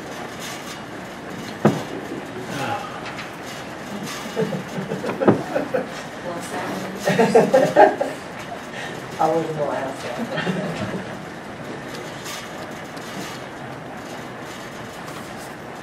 Suggestions?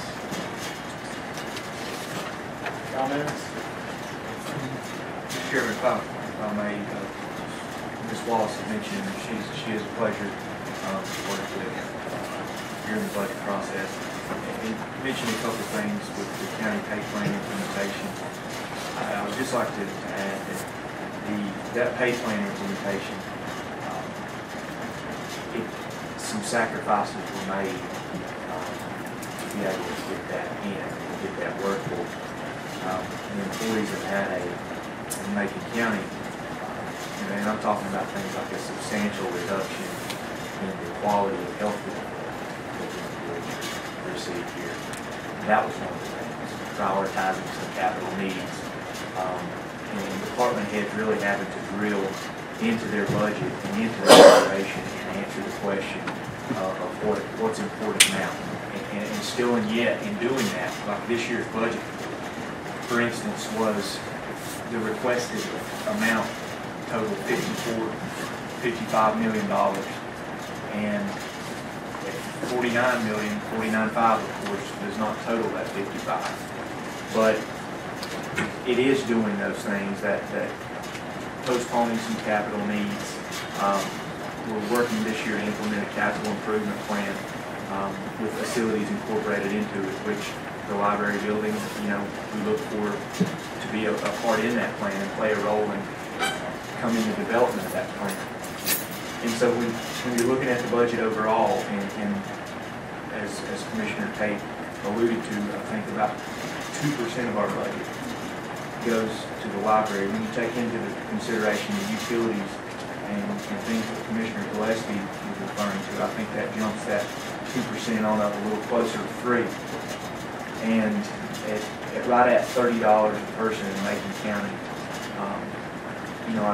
I said it once tonight about the school board, but I think the same holds true for the public library. When you look at other libraries, not only in the system, but across the state of North Carolina, I would like to say that the board places high value on that, and it's evident when you look at how much of our budget really goes to the public library. And it is an excellent working relationship, and just wanted to thank you for being involved in that. Appreciate it. And, there's no question that $1 million is a lot of money. We're not arguing that. It's just the same amount of money Yeah. for 5 years. And 1.3 is even more when you look at everything, 1.3. Absolutely.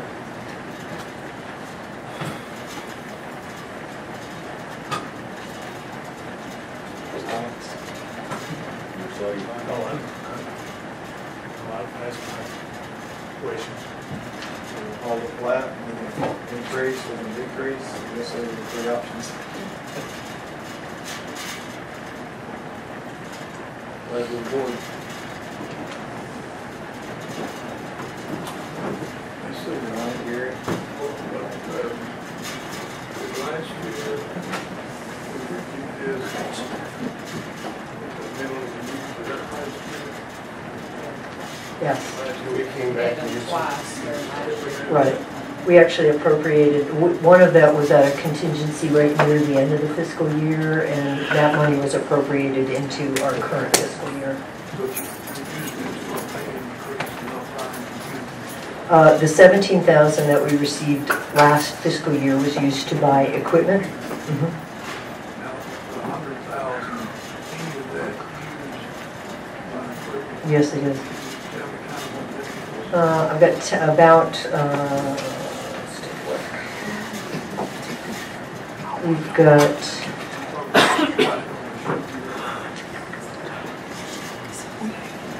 we have about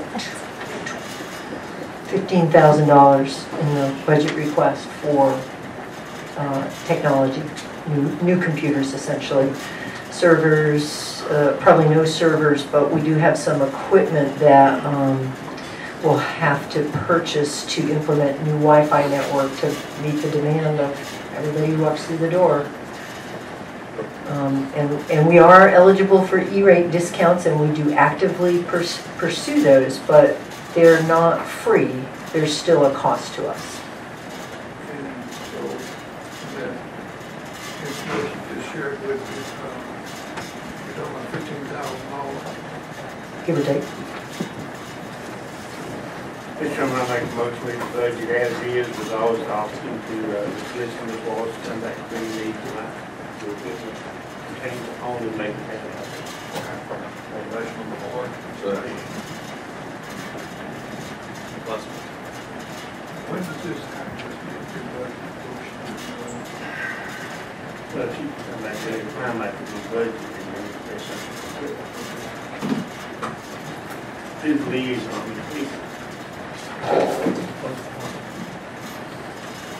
Mr. Higgins was back. Any further discussion? All in favor, signify by saying aye. Aye. Opposed? For your consideration. And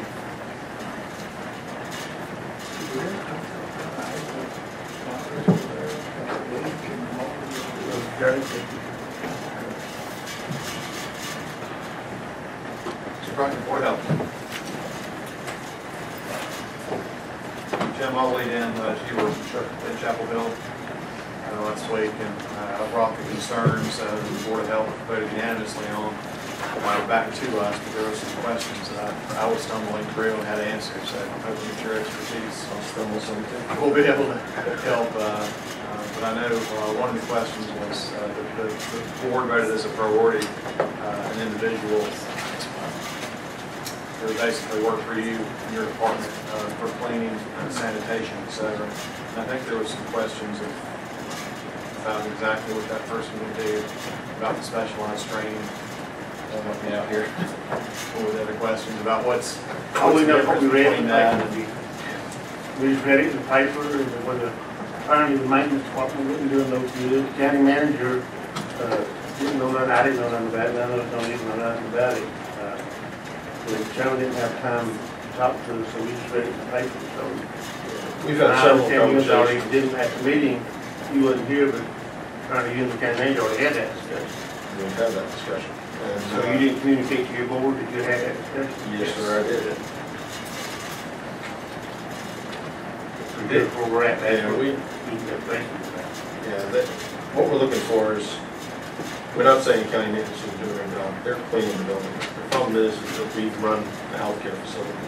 And we have a different level or a different expectation by outside entities for either accreditation or other folks, what our cleaning standards should be for environmental cleanliness. Who is that change? It's never changed. And They cleaned it for And I have asked- like 40 years, it's been fine. I have asked every budget year for the past 4 years for a position. And each year, it's gotten turned down. We've worked with the previous county manager, and we've had a conversation with Derek, and had a conversation with county maintenance on changing some of the cleaning practices that they do in our building. The problem that we get back is that there's not enough manpower to do what needs to be done. And that's where we sit. And we have had this conversation. We have not had this conversation with you. We've had this conversation with the Board of Health. And I have had it twice with Derek this year. Got pretty passionate in my meeting with him about it when we had Lori and Lindsay in there and my staff. Do I think we need it? Yes. But when we met to talk about the budget changes, we had asked for the largest increase we've ever had in the health department budget in the 10 years I've been here. About $427,000, I think it was. A lot of that was vehicles and other things. We worked through that. We got it down to about $268,000. When you add in the additional revenues, it takes you to about $80,000 in new county money that we're asking for. Derek and I met. Derek asked me what my 3 priorities were of the challenges or cuts that were made, and we worked through that. And we figured out how to pay for the part-time position time that Derek had changed. We figured out how to pay the equipment maintenance component, some of the things we do, because we don't know when lab equipment or environmental equipment is going to go down. And how to pay for the lab certifications. And I felt those were the 3 priorities of the things that were presented by the manager that we needed to do. When I took that back to the Board of Health and explained to them what the changes and challenges were, what Derek and I had talked about, my comment to the board was that there is no need for the board to take any action at this time. The board then decided that there were other priorities, not Jim. The board then decided there were other priorities that they thought needed to rise to the level of the commissioners. One of those was the janitorial contract. One was marketing funds, and the other one was phones. And they asked Commissioner Tate. They took a vote on all 3 of those issues separately. And here I am. Jim, can you tell me, there was some discussion that happened about the animal control center too. With this person, if we do fund it, would it be assisting there, or could the county maintenance person that's currently cleaning here go to that facility and assist there? Derek and I talked today. There are a lot of things that we could have county maintenance doing in this list of things that we need done. The places that we really need attention are the clinical areas. And we've got that now down to about 3,000 square feet of space that needs to be cleaned. And there are different clinics. If you read any of the CDC literature, you look at the best practices for cleaning your healthcare facilities, you look at OSHA, you look at everything that's out there, there's a daily cleaning schedule, a weekly cleaning schedule, a monthly cleaning schedule. I produced them. I brought them for Derek tonight to give them before I leave here, of what we've shared with county maintenance over the years. And we need those things to be done. Just to rehash, I know the Board of Health, we discussed that night, I'm sorry I can't remember the figures, about potentially contracting that service, and we decided that it was cheaper to hire it in-house than contracted. It would be cheap, for the amount of time that we need somebody, it would be cheaper to hire somebody part-time to utilize them in-house to do that. The animal control piece, we can figure that out. We've already had lots of conversations about animal control. It's the dental clinics and it's the clinics based within the animal control. We do invasive procedures. We deal with people that are immunocompromised. There's some challenges that we need to be very cautious of. We've had conversations about practice carrier about infection control. We just had a team in here the other day from the state that spent a day and a half going to our building. We have issues, and we need to fix those issues. They've been pointed out in accreditation in the last 2 cycles that we talked about accreditation. We have not met the need or the changes or the suggestions around quality improvements that they've given us on those things, and we're getting ready to go through accreditation in September. And that's our fund. Every 4 years, yeah. I'm not sure I understand. We're talking about these deficiencies in cleaning or deficiencies that county staff is not able to fulfill. Correct. And but yet we're talking about hiring somebody part-time. Why would they be any more efficient at those They'd be more deficiencies? focused, and they'd be able to, we're looking at doing individualized training with that person that we haven't been able to do in county maintenance. I think you can work out. Are we accredited right now? Yes. Jim, when you say That's part, okay. sorry, when you say part-time, would that be 19 hours a week or 30 hours a week? Somewhere between 30 and 36 hours. We're looking at this as a contract That's really- position, not a county Oh, benefited. contract. This is a contract position. This is not a county benefited position. Through the alliance? Through the alliance. Okay. So we're accredited, but they put county that you would prefer to do this? Yes, sir. I'm sorry, you said 30 to 36 hours per week That's what we're estimating, about 30 to 36 hours. through the alliance, not county? Through the alliance, not a county employee. It's 28,000 something. 27,874 is what we had in the And budget. you think you could instruct somebody in the county manager to be trained to do this? I think, Can you do a 30-second dissertation on the accreditation and its value to the health department? The value to the health department is accreditation is in the general statute that every health department in the state or any health department has to be accredited or we don't get our state money. And that state money also means federal block grant money, which is everything. No, it's not everything, but it's good. It's close to $1 million a year for us. The county employees, you can instruct them something? I think our maintenance staff clean the Taj Mahal. And do it good. They'll do it. They, again, I'll say to the end, I think we have a great maintenance staff. I think they do a great job. And, you know, I understand that there've been, we went through 2 accreditation cycles that you mentioned. And both times, we received accreditation. Both times we've been accredited, both times we've got the quality, in the quality assurance blocks, they told us what we need to fix. And we're not saying county maintenance can't do it at all. We're saying that county maintenance isn't staffed in that building to do it. I don't care if the money comes to the health department, the money goes to county maintenance, and I've said that before, we've had that conversation.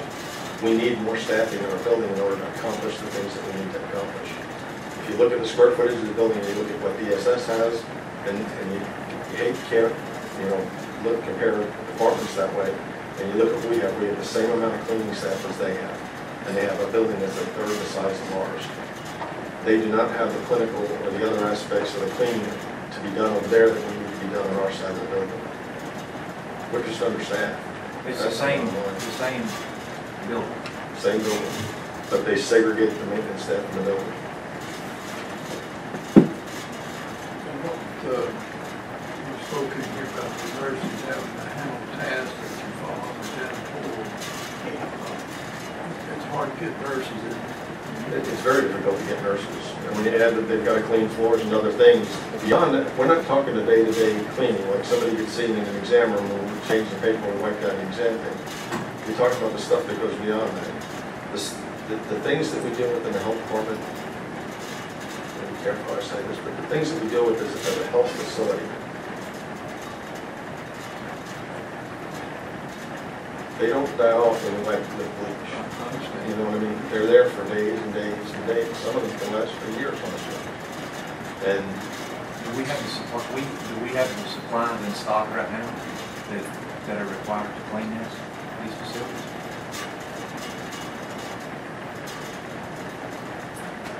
I can't answer that because I don't know what's the electrical use of the county maintenance staff cleans, so they won't tell us. I won't share that with you.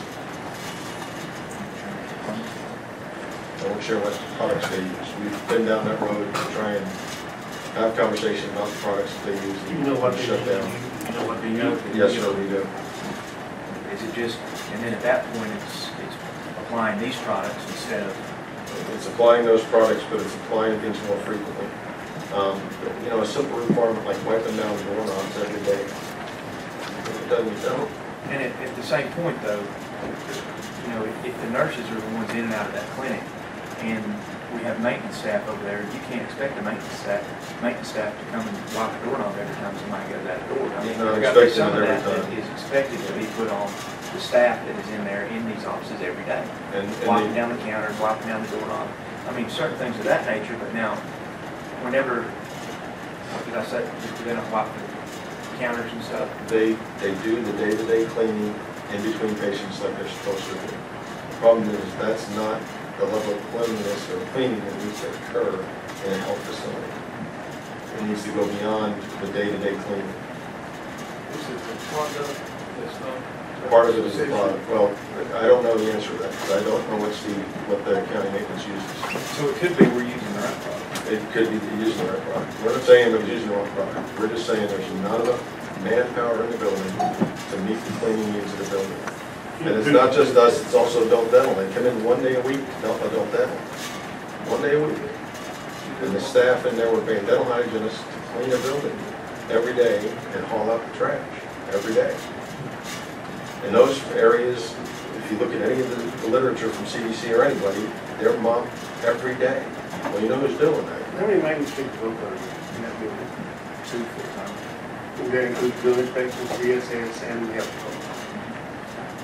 2 full, the whole group. There's actually more than 2, because they have a person that comes at night that mops. Yes, but during the day, there's 2 Yeah, there's people 2 there. during the day. But they're doing all,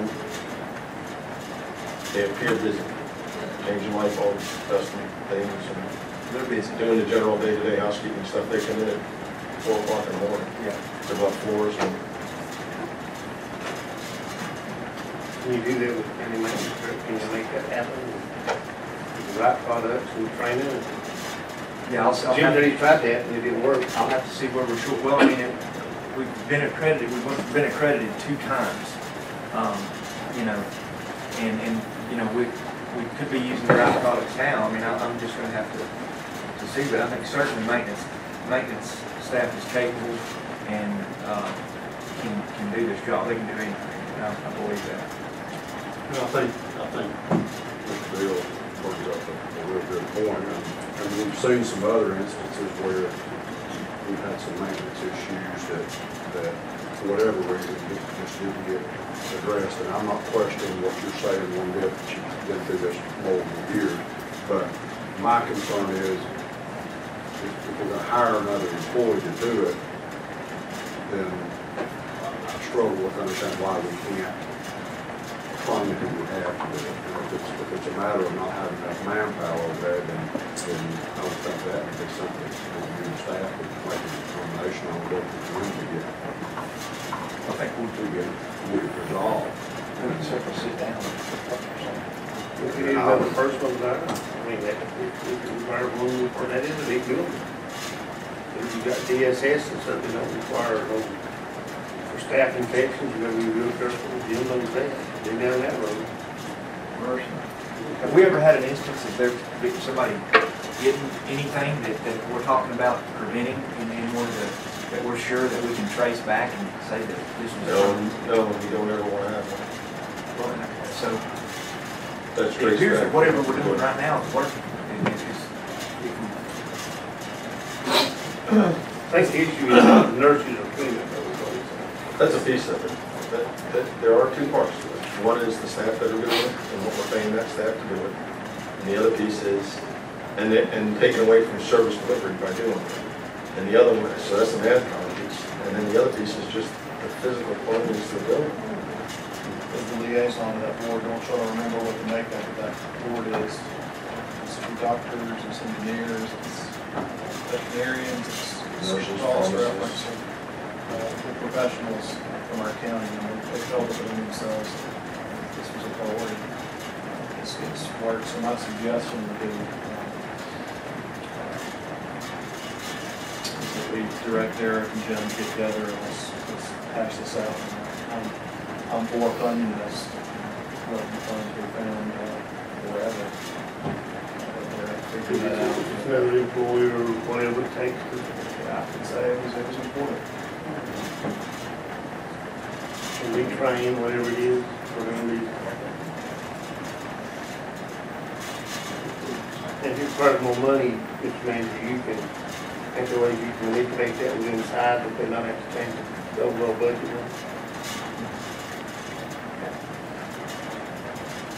And I would, again, we can do that. And it certainly is, I mean, as Chairman said, it's a priority for the Board of Health. And we certainly look and go back through and reprioritize that. When did your accreditation start? When, Your new one? When's the next? September. When? September, this September. So you got. It's already started, but they come in September. So you just got 2 months to get it. July, August. You get something nailed down, is that all right? The hurry. Is that fine?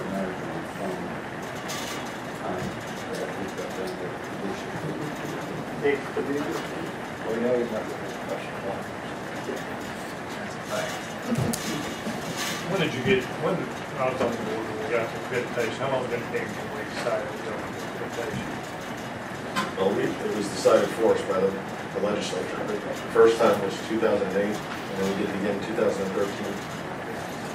So we did it for it twice. Both times they made recommendations about pulling this to go. Have those standards changed too? They do. They get more stringent.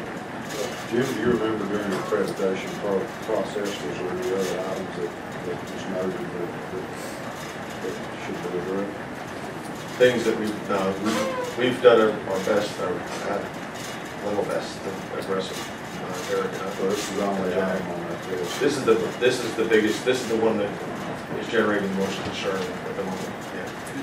And is, like I know we discussed the detention center and that facility. And the sheriff had mentioned that the detention center staff had cleaned that facility. And that was only, I know we do certain kind of, I know that Dr. Creel comes in, we dispense medicines. I know that for anything else, they're going to talk to the ER, to the hospital, to do those procedures. With our ambulances and like the people that can hauling around our ambulances, does somebody, I mean, that obviously has to be a sterile environment. Ours, that. The medic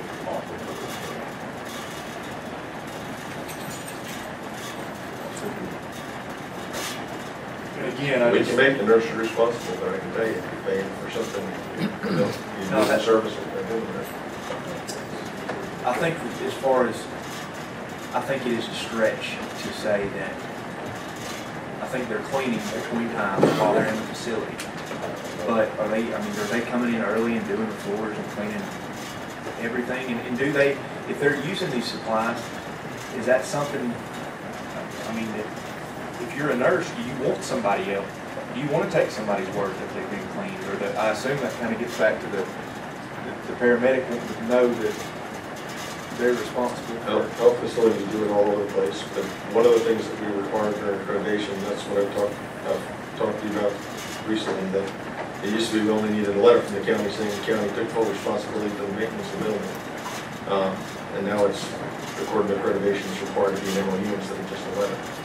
And that gets a lot off of me, but it also puts a lot of responsibility and liability on the county. Because when anybody comes up with hepatitis A, HIV, flu, strep, methicillin-resistant staph, norovirus, E. coli, any of those things, and they can trace it back to our building, and thank God it's never happened before. We're on hook for that. And, you know, we've had, during Ebola, we had travelers that came through our building. We've had Zika travelers through our building. These are all things that we're trying to protect our community from, and the people that we provide services to through the health department. And that comfort level's not there all the time. Join the crowd. So we'll leave it in, to understand each other, if you're on the same page, since it's these of them. These, you know, they got KO. I know they patched it out a lot together. I think we'll get Derek to make it happen. So we've got to find out the supplies when we want, so what's the nurses using? what we purchased for them to use, which is not the stuff that you, it's only the surface cleaner, it's not the in-depth Well, cleaner. you're not using the right stuff anyway. They're using the right stuff for the day-to-day, wipe down of the counters and things like that. That's Yeah, what I the can't county remember the name of it. No, it's not. We don't know what the county. Yeah, I don't know what they're using, but it's not the same, I can tell you it's not the same. I see It's what, it's what needs. It's not the same product that we're using. But you're using what needs to be used.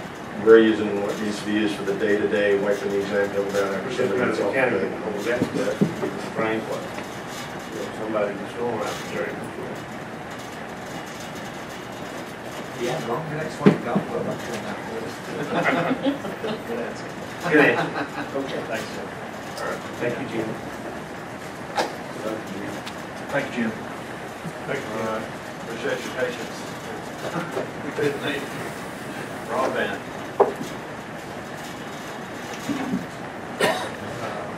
Discussion last week about, Mr. Gillespie's concerned about we budgeted $50,000 in the budget for broadband.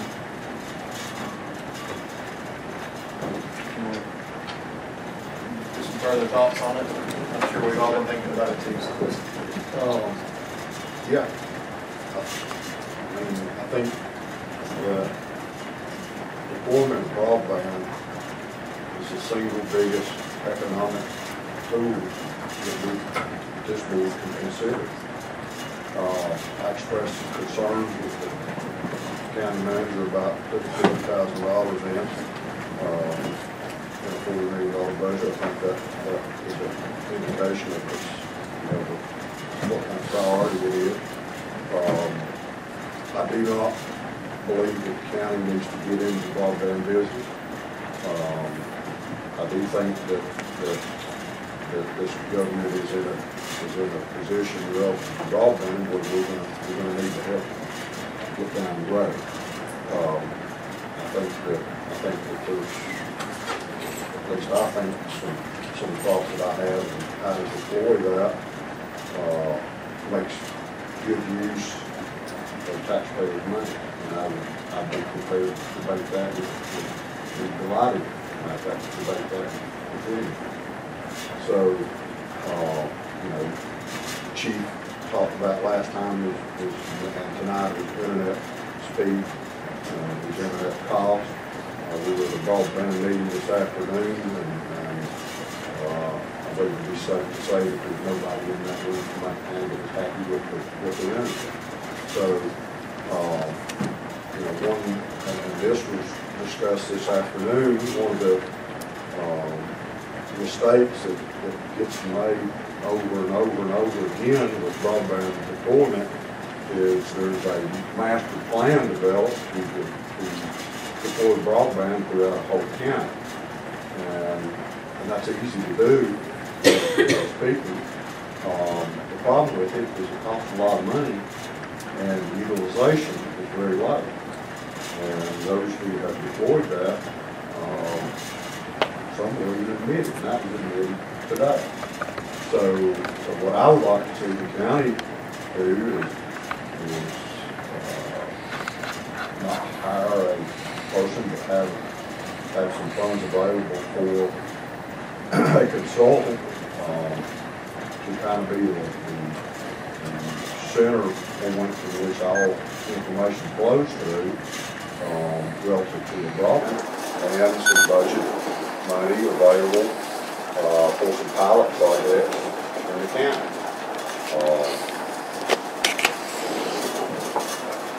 When you start talking about the deployment of fiber optic in the mountain region, it's certainly more expensive than doing it in flat country, but I don't think anybody would argue that it's unreasonable to do that.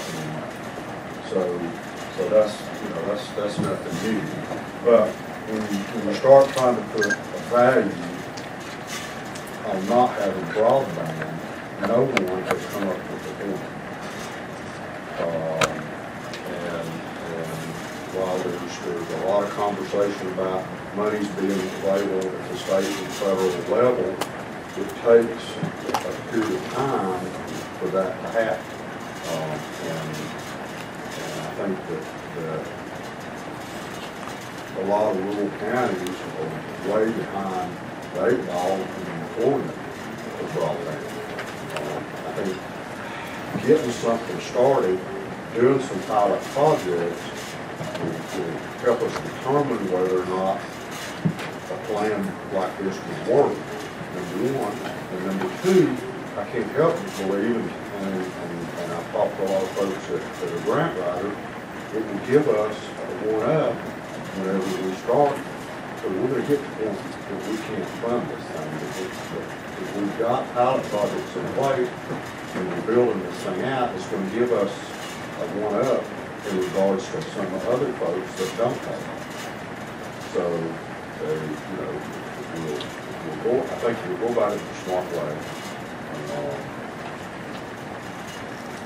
We can start deploying broadband. We can pick and choose, do it throughout the county in the areas where we get the most bang for a buck.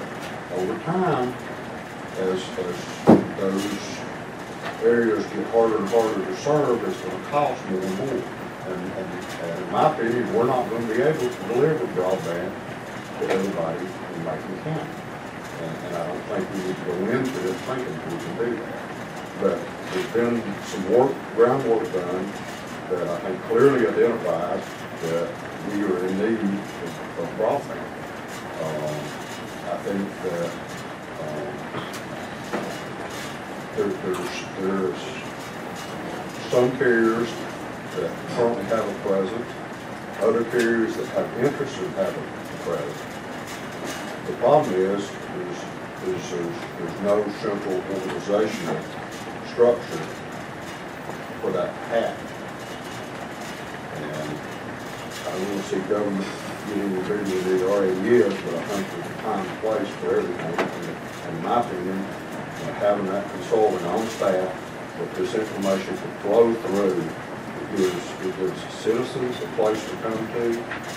It gives us as a board opportunity to have somebody, a third party, that can go out and this isn't something that is going to be a hypothetical.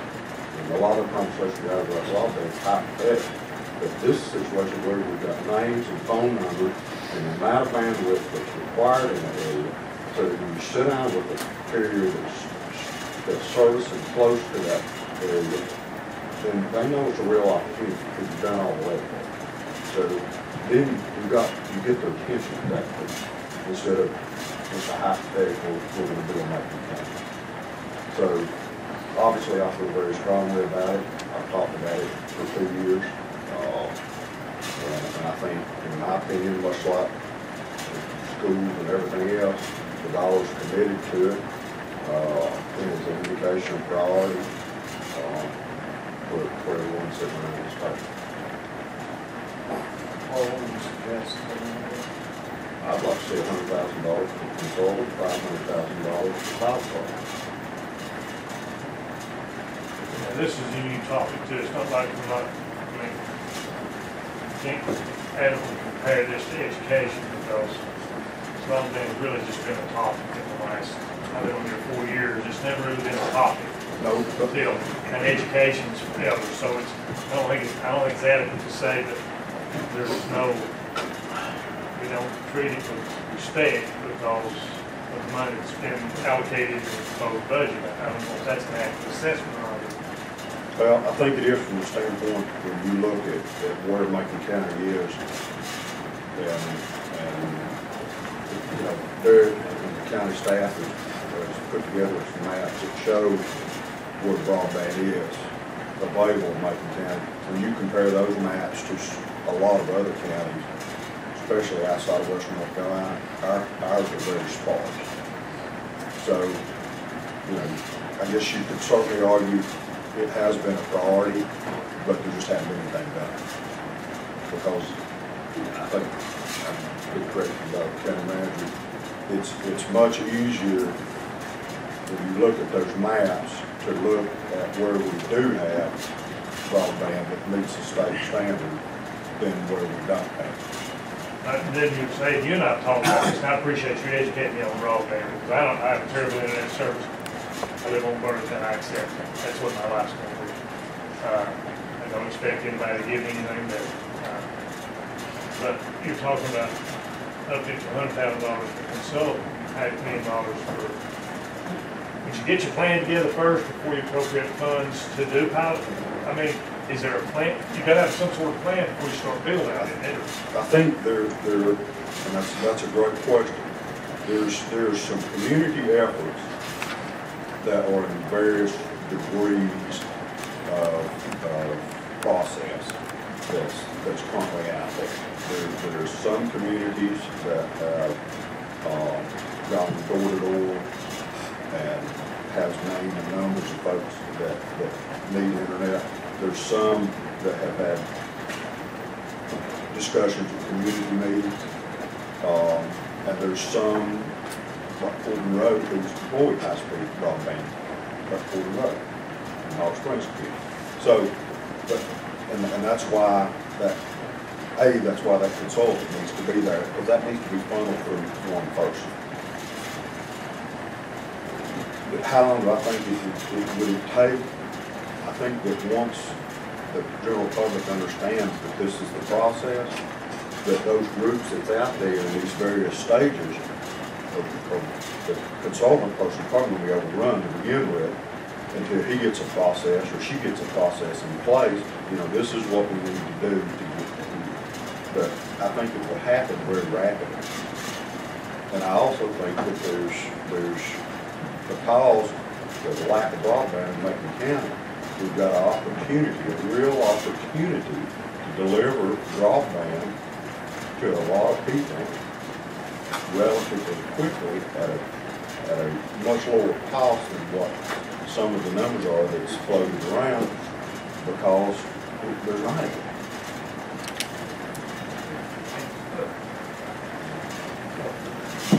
I'm not sure.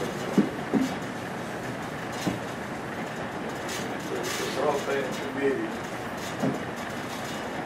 as I said today, we're the best kept secret in town. The last meeting, and this will go along with this, is that we're fixing to make the step in hiring a consultant. But now what I hear you say, not to hire, but you have a consultant on the staff. Be a contract person. I'm not advocating hiring a county employee. Here's why. The public utilities, the phone companies, power companies, cable companies, they have all gone through this process of early retirement. So there's a lot of folks out there that have fulfilled the requirements as far as the utilities are concerned, and they are available, they have retirement coming in, et cetera, but they still would like to work, and there is a wealth of knowledge within those folks. Everything you're saying right there, you may just be a little bit out in front of us at our next meeting, or Ms. Thompson, Sarah Thompson, with Southwestern Commission, as you talk about phase one. Did you read that in there, that phase one is a consultant? And I felt like we were ready for the phase one, but we've got a broadband committee that we listened to, Warren back there. I feel, I don't want to circumvent them because we empowered them to give us information. But I feel like we're on the verge of what you're talking about.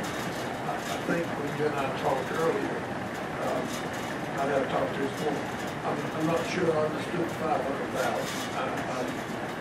Project money or seed money, I think it's what you're saying. 500,000 would be to do some pilot projects to prove. Obviously, everyone around this table is not sold on this design. Okay? So we need some pilot projects where we can come back and I can come before y'all and say, this is what they did. They deployed it on this road. They deployed this many users and they deployed this much bandwidth. And this is the, and then this board to look at that and make a determination that is tax dollars well spent or not. And I thought, I'm trying to think you were on the board at that time. I think you were, I thought we were, one time we were doing that, we were bringing people in, like this McCall, the Cartoon J group, trying to get 60 people there, and they trying to get a tower up there.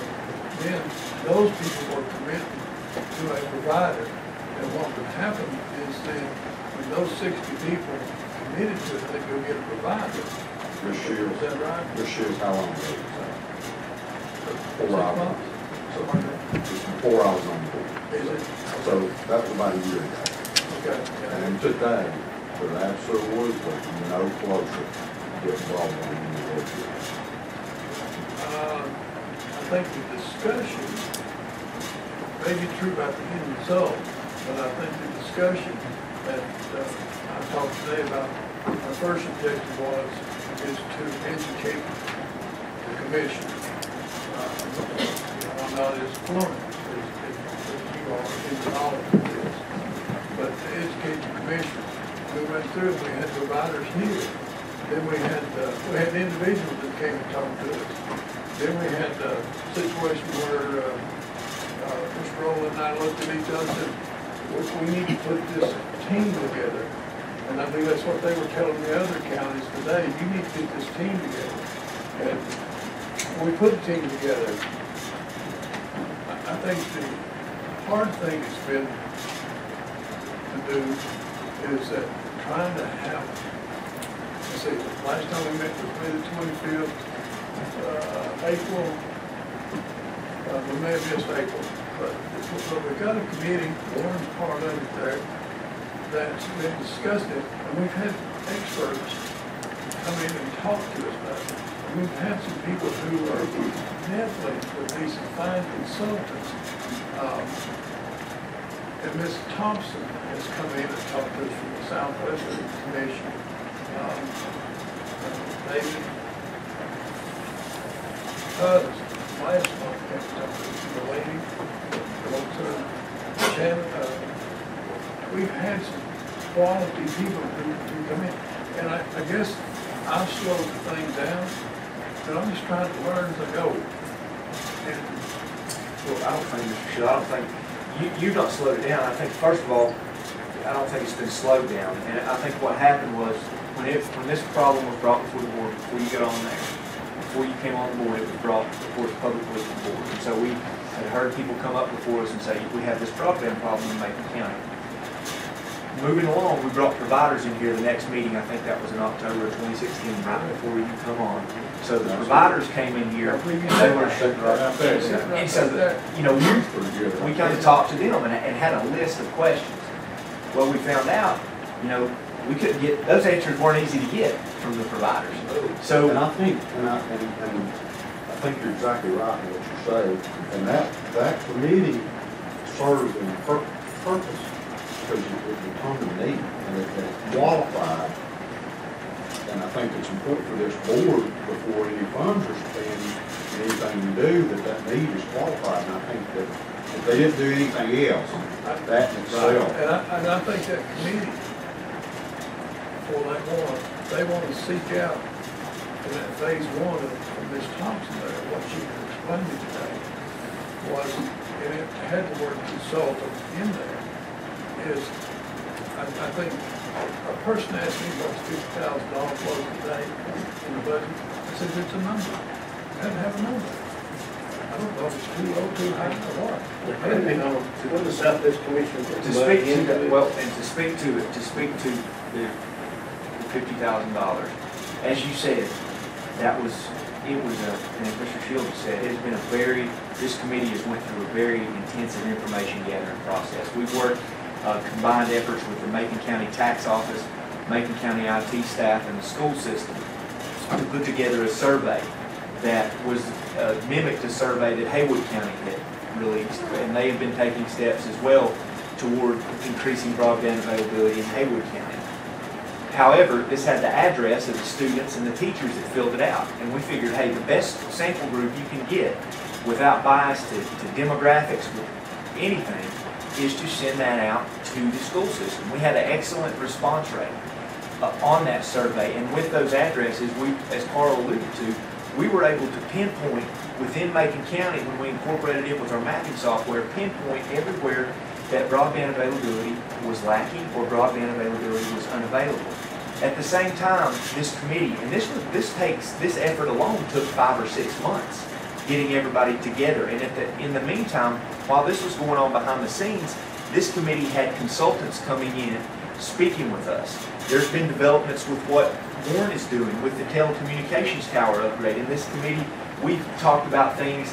Hey, how could it benefit us by connecting these towers with broadband connectivity as opposed to microwave connectivity, which we thought we were switching to? And so that possibility has had some discussion, and we're looking for some answers there. We're, the consultants that came in told us what has been successful other places, told us some things. They helped us look at areas of need in Macon County. We've learned about WNC EdNet, about the formation of Boston West. Kind of the whole, this whole broadband thing, as it has grown in Macon County, we've been brought up to that point. At the same time, we recognize that broadband is a problem in Macon County. Broadband availability is a problem in Macon County. The Southwestern Commission, our regional council of governments here, has realized it is a problem as well. They've hosted forums at Southwestern Community College in Jackson County that have brought all counties and towns in the room for discussion and listening to these experts. What Mr. Shields is referring to is the Southwestern Commission, upon recognizing this problem is a regional problem, has suggested getting a consultant to assist all the 6 regional counties that are in that Southwestern Commission, 7 counting us. And I think what the Broadband Committee decided, after we looked at this, identified the problem, gathered this information, the next step is from going to the problem phase to the solution phase. So that $50,000 that Mr. Shields is alluding to, that we're talking about, was put in the budget because Macon County, while we're an active part of the Council of Government, Southwestern Commission, and we understand they're getting a consultant, we want to work with and utilize that however we may. But we also wanted, as Macon County, to get our own consultant, to get somebody that would look out for only Macon County's best interest and help propel this effort forward, help explore and run down some of the things we had talked about and see if we could perhaps make the most out of money that's already budgeted, such as the $400,000 for the telecommunication system. See if there's anything we can capitalize on there that could perhaps help us begin to do this thing at a county at a county-wide level. And I think one thing that we had discussed too was these community efforts, and this consultant would be able to come in, as Carl was saying, with pilot projects. If we could settle on a direction that we were going to go as a county, we thought that we feel that consultant, the committee did, as it voted on it, to let that consultant see where we could make the most. Just like you said, where we could make the most out of the pilot projects, get the most bang for our buck. But the first step, I think, as we went into the solution phase, was to have a consultant that would help us analyze where we were at, that would take a look at some of these areas, maybe some of these projects, see what resources we're already committing elsewhere, and see if we can bring all that together to propel us forward countywide. And that footprint that you're talking about, I thought Mr. Tony Dinkins, who came and talked to us last night, he's a person you're talking about for a consultant. He's worked it in all his life, but I don't know these people. And I was just trying to get into phase 1 and talk to Mr. Thompson. Give us some names. Let us know who's used these consultants and look at the footprint that you're talking about. I've heard this footprint of coming out of Cartoon J where you had 6 people involved we went and got the community, brought them to the doctor. And I didn't have a problem with that if it's working. I think it may be working, except on the fire tower, I mean, not on the fire tower. But I think we're at the point that you're talking about. She's not hired to have consultant on staff. Is that a new addition to the county? No, it's a third party. That's gonna be, it's gonna be somebody that, I believe that we can get somebody that lives in Macon County to begin with. Just over here. Not somebody that's familiar with both of them, although both is a very nice place. But somebody that lives here, that's familiar with these mountains, is familiar with what it takes to get construction done. Much like someone that know how to build a house here, or landscape here, or put a sewer line in. You get somebody from here that lives here, that's vested here in our community. And that person, I use the term consultant, but really they're a construction manager.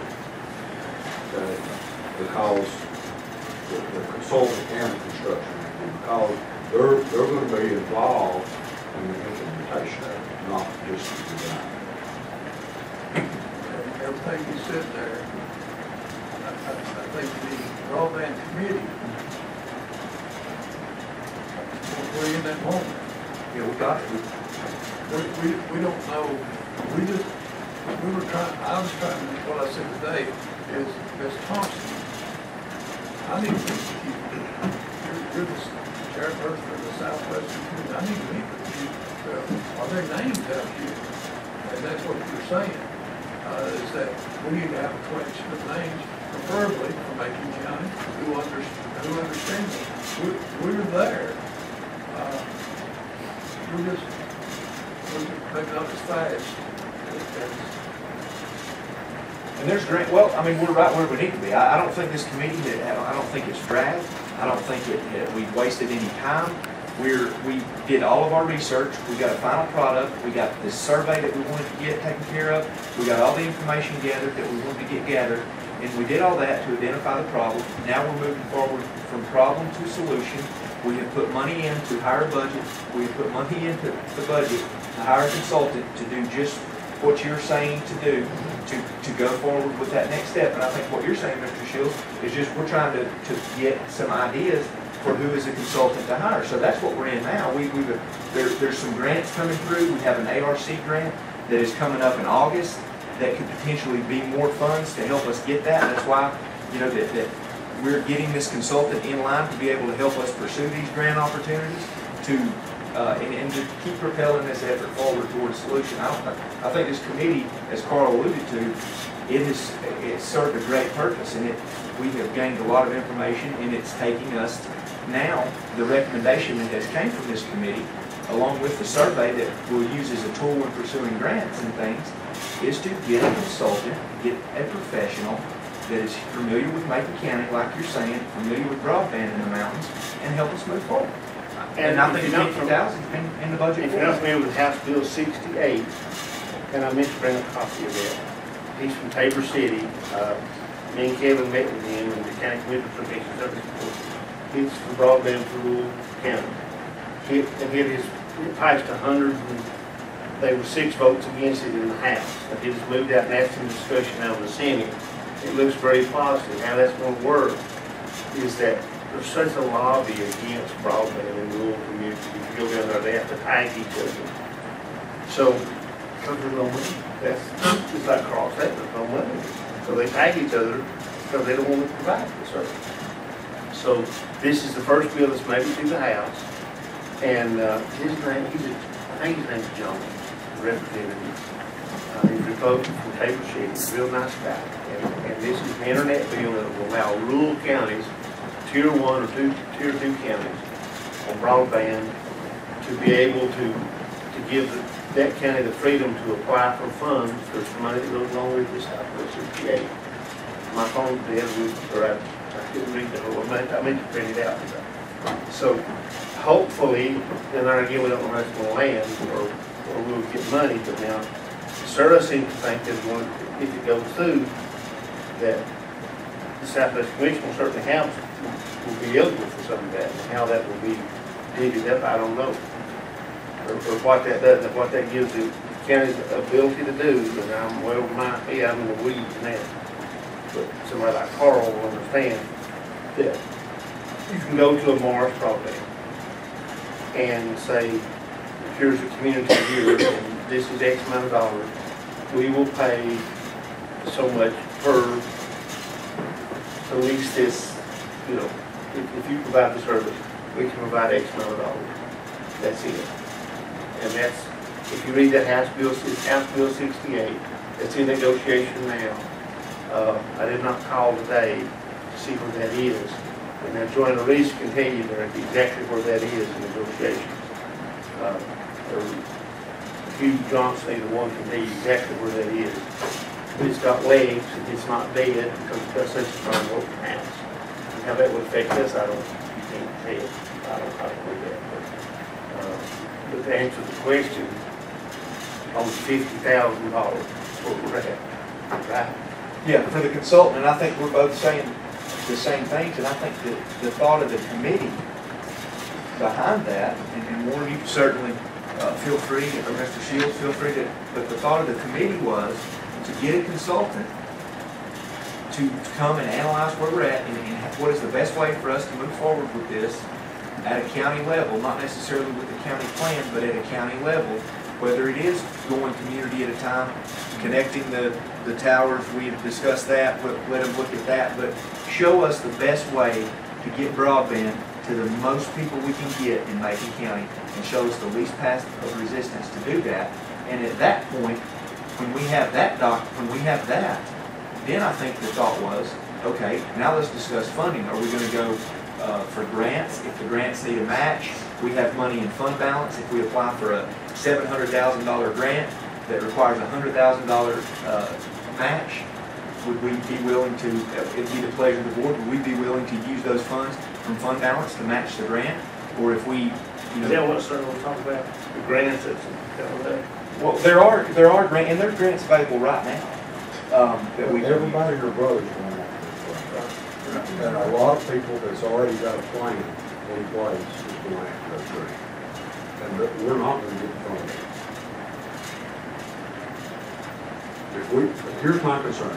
You appropriate $50,000. You hire a consultant for 30 days. The consultant works on it for a year. We're back a year later, and what do we got? We still don't have any broadband to board Macon County.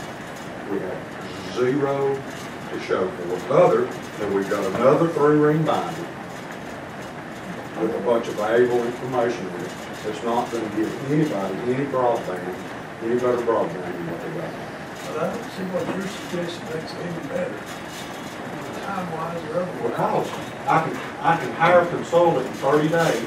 I can have a plan in 90 days, bring it before this board, and in 180 days, I've already got multiple communities built in Macon County. We can do that. But I gotta have money to do it. Right now, I've only got $50,000 to do, and I can't build nothing for that. But your company is doing that. Pardon? Your company's doing that. No. I say Macon County. From Macon County can have that consultant on board, have the designs done. Because there's low-hanging fruit everywhere. All we gotta do is pick the low-hanging fruit. And we can have that done quickly. Or we can go through another plan and we can come back a year from now. We're both talking about consultant. I mean, Talking about, yeah, the way I'm seeing it though is you got a consultant that's working on different things. So. well, I mean, the consultant can tell them whatever we tell them to work on. Yeah. And I think Commissioner Shields, from what I'm gathering, is not understanding the complete concept of what Commissioner Gillespie's pushing there. So, but I personally, I'm sold on what Commissioner Gillespie's saying. I'm still swallowing deeply the dollar amount, but I understand completely where he's coming from about actually getting it done on the ground. That's what that consultant is interested in hearing. I think y'all might want to have lunch together and explain it to him exactly what you're saying. I've got you. I know where you're coming from, 100%. Now, I don't understand the funds and how to work all that, but I've got it. Let's see the bill that, Mr. Deal has alluded to. It may well be that bill is critical to what you're talking about here. From the standpoint, counties don't have the authority to do anything that counties want to do. Counties have the authority to do what our legislature says we can do. And it may well be that that House bill becomes very critical in answering what the county can and cannot do in this particular situation. Got in real trouble. I'm going out on their own, and they went ahead and they got in the broadband business, in the internet business and the phone business. They just went out, they going to start throwing up utilities, which is like what we're talking about. That's what I believe. And so the big boys come in, and there's a huge lobby against. You got to know that there's a lobby against this stuff, and they see that they're going about it like this. I think is the right way, and to have a consultant come in and do it. And I think that if we leave the 50s, what my thought would be is, see, first of all, what does a consultant cost? We don't know. And does Southwestern Commission have some money that is it consultant for the region? For the region. And how's that pertain to Macon County? We'll have to be in line with the region, and where does that put us in line? I mean, that's exactly why we put that money in there, so we can go ahead. That's why we put the $50,000 in the budget to be a leader, to go ahead and get our own consultant. Even though the Southwestern Commission's getting one as well, and we will reap the benefits of that as well too. But we wanted to go ahead and get something in there that Macon County citizens, so we can start working to provide them. So you're not saying we can throw in them that 50 grand? That's for our own. That's for us. And so if we need, Carl said we'll need another 50 just for consultant. If we need that, is this board willing to come back, and how much does a consultant cost? Do we know that? I don't know. That's why we. Is it close to 100? So is that? I don't know that. And Carl should know, so if we need to put in, if we find that out and come back later and add that, We'll do it.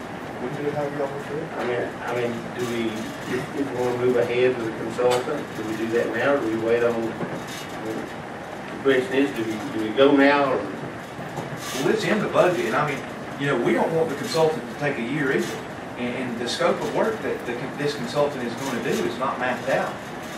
The scope of work that the consultant would want to do would be what you're saying, is to let us map something out that could get the job done and get us the product back as quickly as possible. And that's why I think that with your knowledge and background in this, that's going to be extremely valuable in helping us formulate what we're trying to ask this consultant to do in a timely manner for the consultant to do it. But, I think we're saying the same thing here, is that this was put in, so we could get out in front of the region and not have to wait on anybody. And if we need $50,000 more to be able to do that, then we'll get it and we will find the funds and put it in there. But What are we gonna do when the plan comes? well, I mean, we have $21 million. I think we better wait and see what we can do. Legally, I think we better see what we can do. I mean, you make a phone call to McDowell County and see what they got into, and so I think Carl, what I support is certainly going ahead with the consultant. If one costs $100 grand, that I would support putting that other money in there to get him on board. I think that's the way to go. Get him to work in Macon County, get that 100. Now the 500, I think that pilot program, we come back and this is what it's going to cost. Make sure first of all we can do it legally. That's the reason that bill is in front of them. So they couldn't do it for a long, long time. That's the reason they put that bill out there. And without going into details, I have some concerns about that I would want to look into. I've not been asked to look into. I'd be happy to look into. And if you read that bill too. Most of those. I do want to see it. I have not seen it. Most of those bills are written more around service provider. Okay, we're not a service provider. No, this is for the counties to be able, House 68, HB, it's House Bill 68. And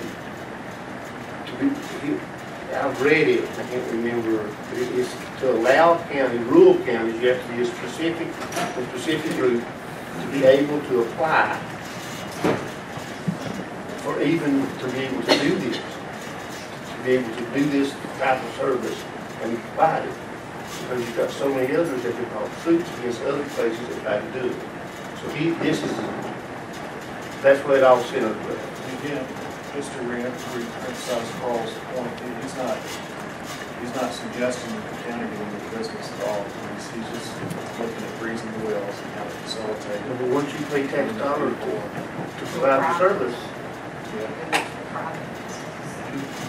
you're paying a private business. Constitutional questions involved in volumes and that sort of thing that just need to work our way through, make sure we know what we can and can't do.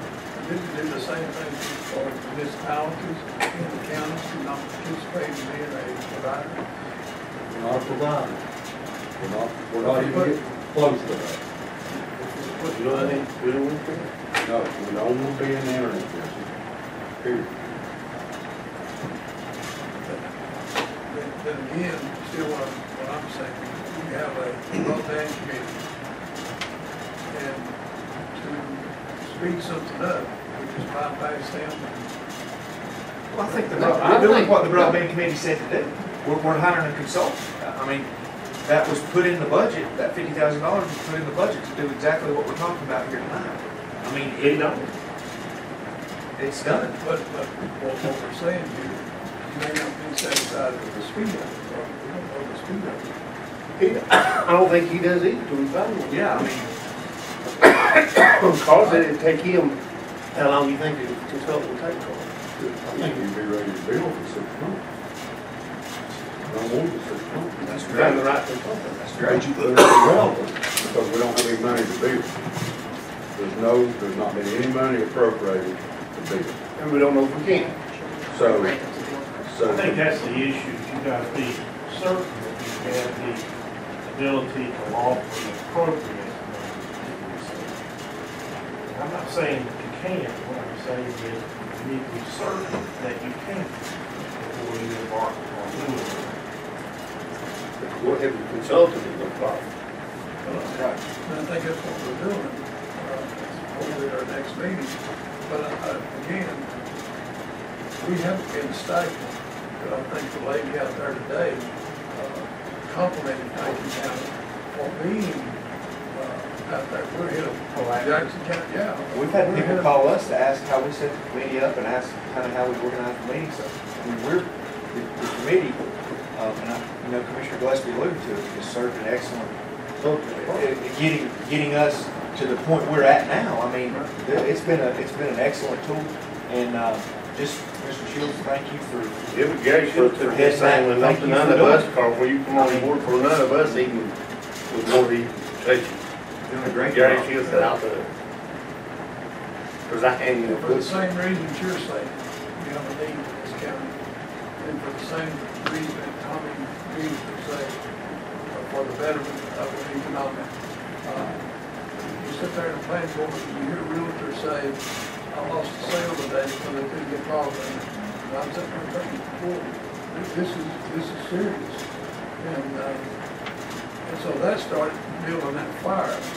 But again, I may be the one that's kind of slow to keep the fire going, but I just want to make sure I get my bases covered. We are ready in this committee to find a consultant. Who that is, I have no idea. How much it costs, I have no idea. And that's why I went to that meeting today. There's swap cards with people trying to find, hey, can you tell me somebody? And when Miss Thompson was referred from the Southwestern Commission, she was the first person who spoke. And she talked about the phases that you had to go through regarding the consultant. I had the opportunity to say, well, I said, I need to see you. We're ready for that phase now. And I think we need to, that RFP what we need to ask that consultant. And I'm assuming it's going to have to be, I mean, we're going to have to be specific in what we're asking for, how we want it done, the things we want to look at. And so I think that RFP that goes out is going to play, how that's worded and what's contained in that will affect that, the cost of that consultant. Is that safe to say? And I would recommend that the committee don't, doesn't we'll have leave it somebody 50, with we'll leave it expertise on that. It may be of value to the committee to have the committee and Dr. Farrell come in and weigh in. He may have some great ideas on what we're looking for in the way Absolutely. of a consultant. We've had outside people coming in that shared their experience with us on how to do that. I guess what I'm trying to say there, well, Bill, this is not an excuse. During budget time, it's hard to find time. I mean, that's what we're going to alluding to, that we got behind during this time. Just the nature of the budget. It's a beast. The committee has recommended to put the funds in there to hire a consultant. The committee, at that point, the committee has made its recommendation. It is here. I think now, with the expertise that Carl has on the board, along with Mr. Shields, along with whatever resources we need to do, I think that with the committee approving that request, now it is on us, it is on this board to seek the consultant and move forward. That was the recommendation of the committee. So that's where we're at. We're not, I don't think in any way circumventing the work of that committee. I think this is taking that committee's work from the information gathering stage to the solution phase. Yes, The Shields, that has worked in this committee, and you got Carl that's knowledgeable on how it works. So, We're here. I think we're here. I mean, we're here. I think we are light years ahead of the rest of them. I was talking to Connie over in Graham County. Matter of fact, I know we are. And Clay County, you know, nothing. So, Right over the Clay County, you'll see that far behind you. yeah. Well, I talked to Clay County yesterday. So, I think we're in pretty good shape. We're blessed to have the folks we have. We're moving forward. Would you like me to try to get 100 for the? Well, I would tell you, let's wait and see what it's going to cost. You got to put it out. We'll be together. We don't know. It's sort of like the school. This board like for me to do a little bit of preliminary looking on what we can and can't do. Yeah, I think just wasting time if you don't do, the legal part of it in there. And I think, Carl and I both said that tonight, that needs to have a legal voice in it. You need to be involved to see if we can do what we want to do. When we do these pilot projects, we will have to get an interlocal agreement of some type. If we spend tax dollars with each project, if you spend a night to lead after that, I think that's what we're like to try to read it out. It's like anything else when you spend, it ain't like private business. Discussions tonight, this board actually having our own discussions. I can make some suggestions on what we might do to our budget so that we can afford more if we decide to more broadband. But I can even find us enough in our budget to give the schools some more money too if we decide to go with it. We have to. I think that does fit the seven. We're just guessing on what it is. A lot of guesswork. That's got two good things, I'm gonna leave ready to go. Now we got more on the items. I was just gonna say, if we're gonna leave this, we really haven't taken a vote on it. I was just gonna give a suggestion on how we can, if we feel like it needs more money in that line item, I'm just gonna give some suggestions on how to do that. If we decide that it's gonna stay where it is, and we're gonna need to give a suggestion. But it's not something that we can't do at the next meeting or something. It's not something we can't do. You can amend it at any time. You get an RFP drafted. Okay. And that'd give you time to see the legal part of it. See what it is. There's bound to be some things that they've written on this issue is so important.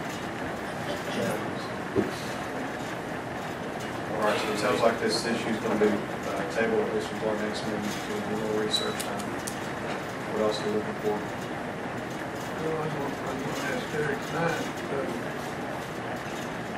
set up our next meeting, call that meeting on June the 20th. The reason for that, That's when you want to adopt the budget. yeah, it's going to be like at 2 o'clock. Oh. This, Kevin, it's out of Asheville. Who was supposed to be there today, didn't show up? The guy that put the whole rate on from the state, that we're running on for money. Yeah. Yes, and he's out of Asheville, right? He's stationed in Asheville. He's coming to Swain County on the 20th at 6 p.m. And what I was trying to see if we could bring him in this arena, and he's the type of person that know about your legal stuff. We're talking about 8 days from now. And Kevin, I've got it out there in the car. This is what day? The 20th. Where is that meeting?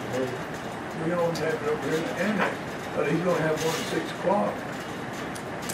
Swain County. And I was just trying to, we usually have a meeting at 10 o'clock, but I was trying to say if we had one at 2 o'clock, we could connect with him and you just kill 2 birds with 1 stone. Not for me to be there, I'd be there. Let Derek and I communicate, and I'll give you that name, I'll get that number, we'll say that person can do it, so we connect with us. All right, Southwestern Community College burn building. Any progress there?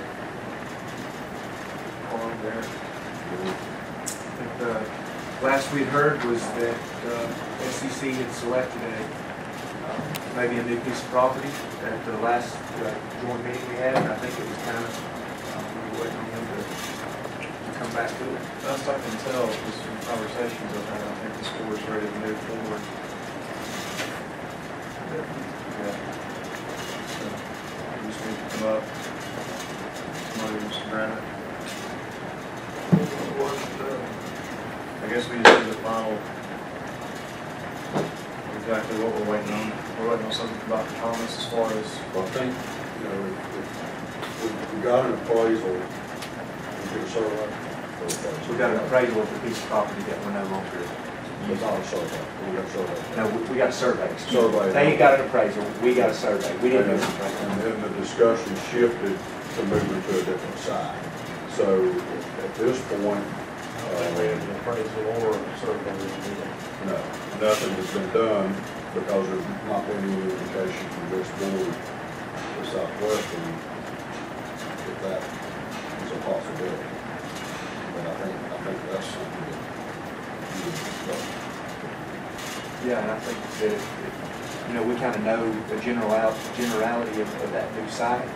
If the board so desires, we'll move forward with the, I think this, this is my understanding, I think the school is ready to have that discussion, get it done.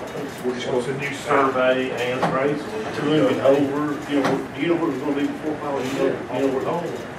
They were gonna move it over to a much better place for a lot of reasons, over toward, more toward the library. You go straight through the library parking lot, not straight out through there. It's a whole lot easier, a whole lot better grading for runoff, a whole lot better, it's just a better location, a lot less grading, just a whole lot better location for the building. You get away from the greenway. There's a lot of concerns about that. So it is a departure from your present MOU with them. Yeah. Probably want to amend your MOU. No, but it's still by the way it was before. It's not far away. The grading of it. Before it's right there on top of it. Yeah. And we had concerns about the river, I mean, it's eventually we ended up downhill anyway. About the runoff and just the whole aspect of using that property, I think. It would be to our advantage to move it to. Yeah, send us a plan. I don't, show me a plan. Yeah, I would like to get perhaps a tax map with somebody just approximated where this is going to be, so that we can look at it and make sure there's not any lackage in any of the conservation easements that are in that vicinity. There are some in that vicinity.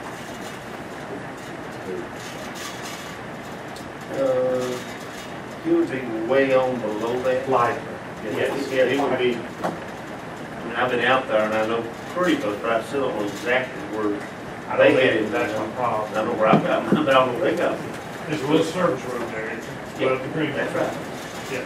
And I think all the conservation easements and They're much closer to the river. and the historical, you know, we give, you know, there's part of it there that the historical society on down below there, but now it's on the other side. It's over across the hill.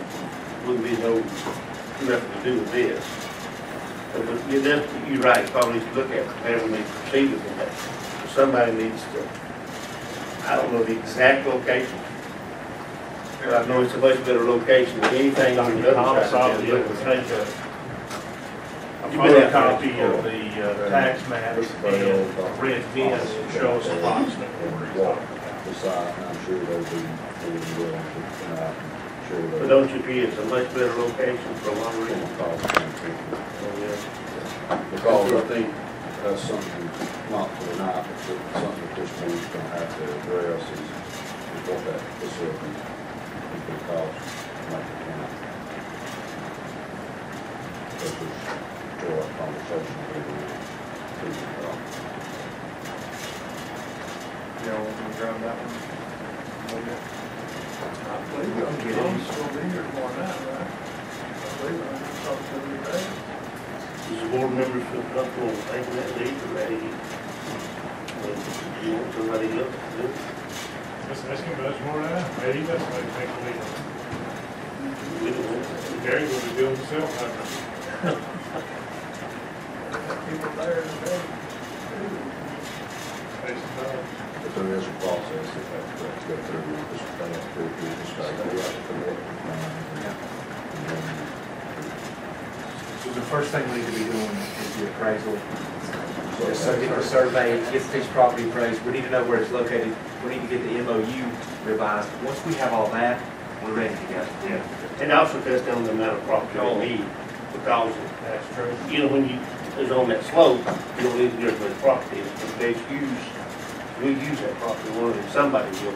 You're not talking about that pile of there, no matter, No, on the past that, down from that, on the right. that's right.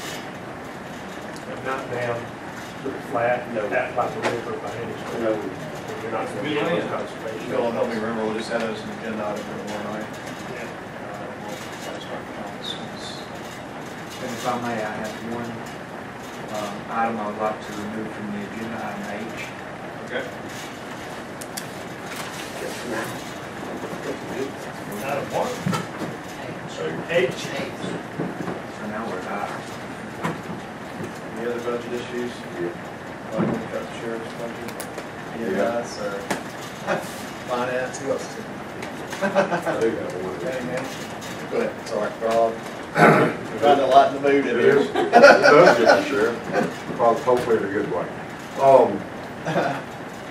In looking through county manager's proposed budget, which should be no surprise to you, Jeff, because I told you I was going to bring this up if you did.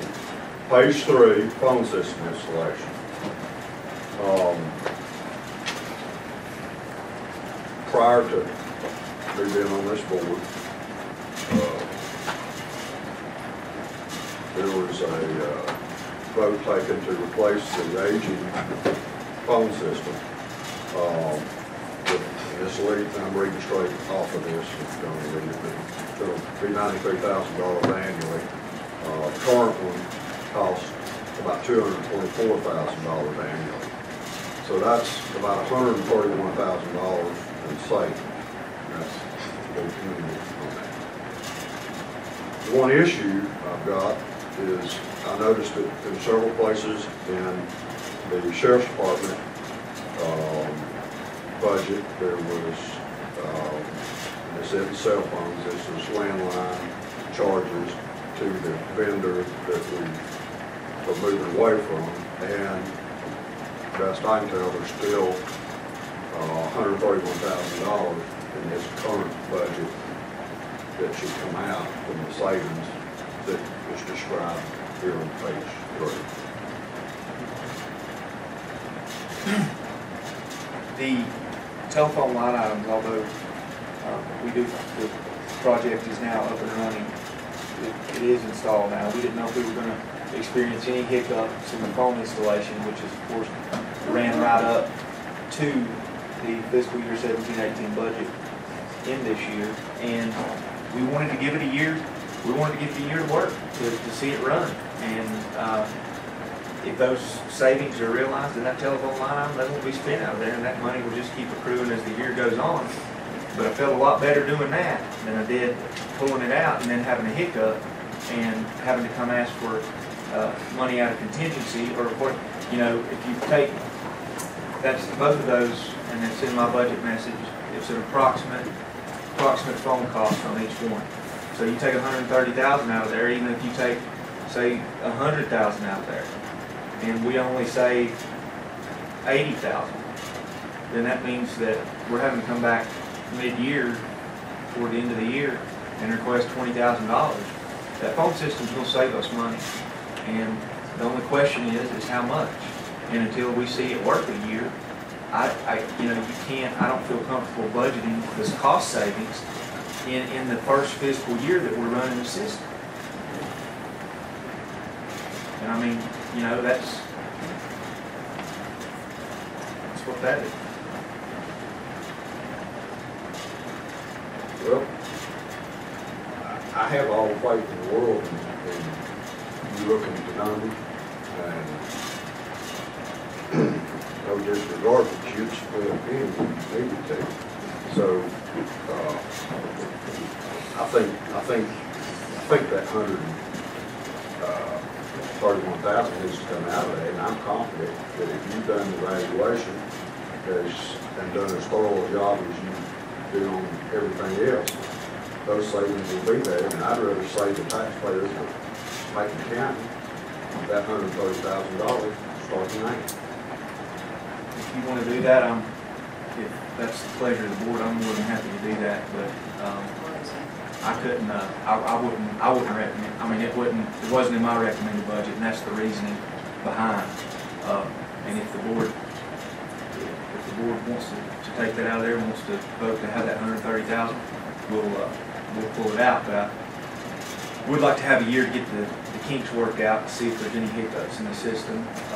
You know, if we take like I say, if we take $130,000 out and save $100, that's great. We saved $100,000 in operating costs, but we're still having to come to the board to ask for $30,000.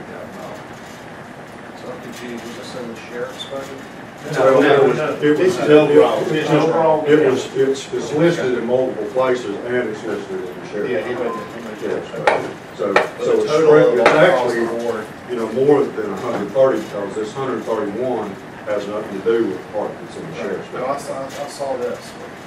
So it's actually more than 131, is that correct? I'm not. What are you referring to in the sheriff's budget?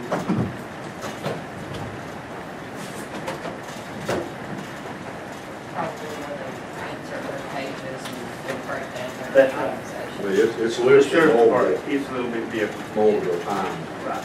through the year as identified as a current carrier.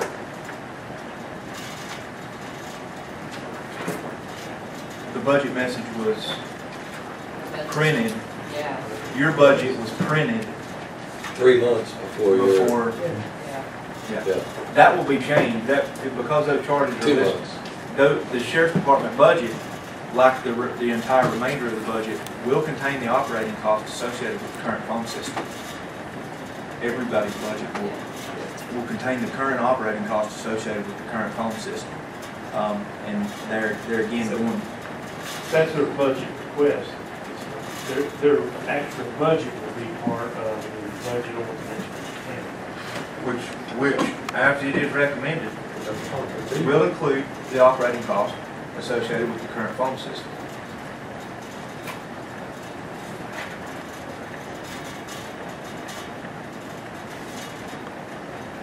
Is the whole system What in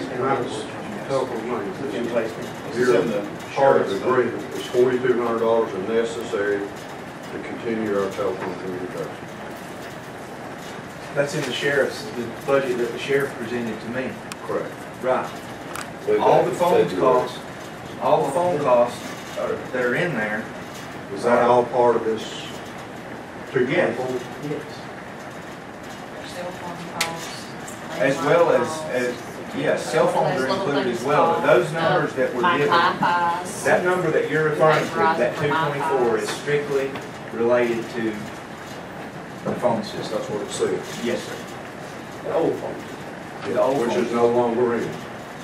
We have a new one that's gonna save We us just- We $131,000. just finished, I guess. I think phase 4 was just last week. Yes. Phase 4 just happened last week. Last week, and, you know, So with during us having to budget present prep, budget, you know. We worked. But still, and yet, if it had been finished in May, I would have wanted to see a year on what was gonna roll out. I mean, I wasn't gonna roll, I mean, you know. And I know during budget meetings, the stress department heads, like, we may leave it the same, but we're not gonna do budget amendments for you to use this money to buy I something new. specifically told them, we're not doing budget amendments out of the telephone line item, every department head meeting we have. So the difference is the sheriff's budget that he presented to us is different from the one. No, it's the same one he presented me, his just goes into detail, it goes into detail. I guess part of the question is I thought we got away from stuff from out systems, that's saying checks are still going in. His budget, You still he have did some that, difference. that was Still have they're still monitoring some They of got it. some It's alarm still in the budget. systems. It's still in the budget. But the bill, it can be I'm paid with to you on that. Smoky. But it won't be paid Smoky out. Mountain Systems is We're gonna pay it using to our that. theater So I thought we'd switch to. Still in the But budget. there are They're using it. departments For that something that we're no longer still paying use for. Smoky. We got the 131,000 still left. But you think it needs to be, Mr. Mayor, you think it needs to be saying there, just to cover any unexpected cost, something might blow up, or not what they said it was, or whatever. True? Yes, I think there will, I think there's gonna be savings. But you know, those are, you know, in the budget message, it's approximate. They're approximate numbers, and, you know, it's here and there. I mean, if we save 100, great. If we save 130, even better. If we save 80, great. There will be savings. Those were the numbers that we worked off of. Those were the numbers provided by IT. Those are the best case. Those are the best numbers that we feel we have. So we could save money. Maybe. Well, the proposal that was vetted in the RFP that we sent out was extensive for that phone system. And not only did that RFP take into consideration the needs of our county and the quality of the system we needed, it took into account cost savings as well. One item that you do need to take into consideration as you're trying to flesh this out, y'all meet once a month. And if you have problems with the phone system and you don't have money in your budget to deal with it, you'll be calling that minimum, you're going to be calling a special meeting. Because you're going to have telephone. But we're in a, it says we are required on a 5-year all-inclusive lease agreement. And so what? So, all-inclusive lease agreement.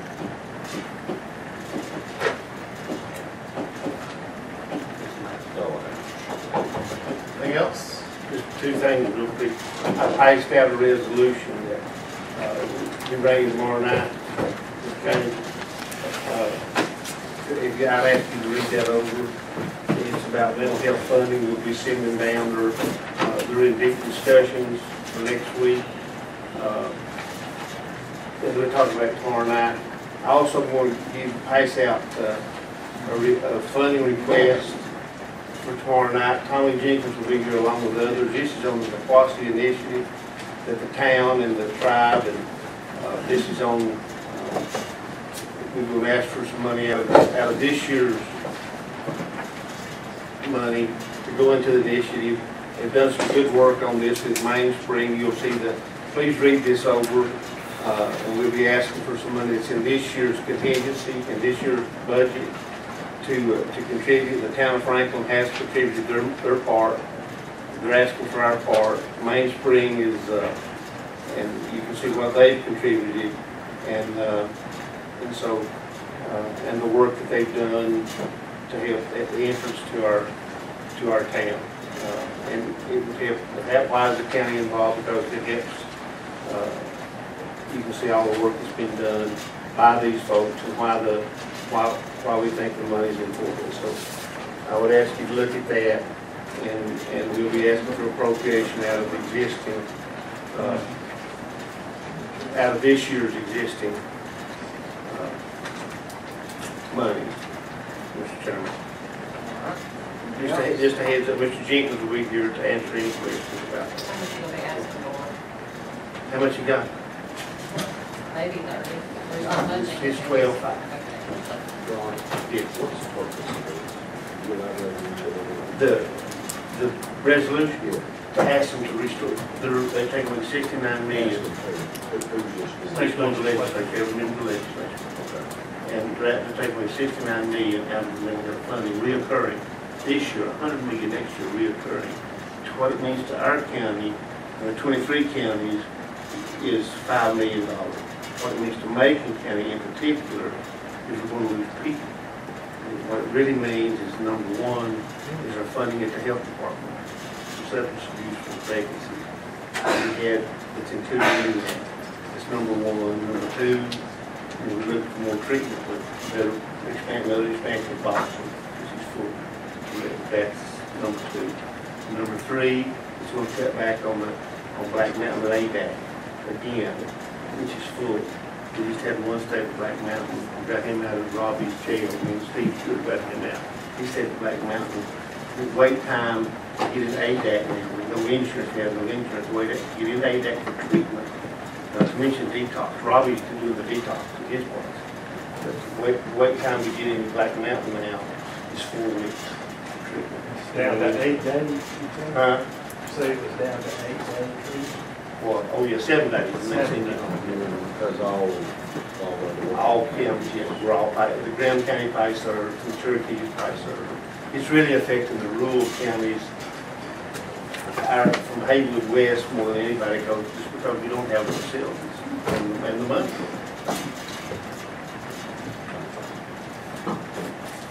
Talked to Tommy Tucker, and he Katie treatment all come from one LMA, or organization, one, and they got them all, and they said, he was making a million, but Anything further, we'll finally ask for a motion to adjourn. we want to adjourn or just? We're adjourning tomorrow night. Mr. President. Regular meeting, we're adjourning tonight. We're going to motion, The motion to adjourn, watch ball game. Motion second. All in favor? Thank you, guys. Thank you, Mr. Chairman. Good job.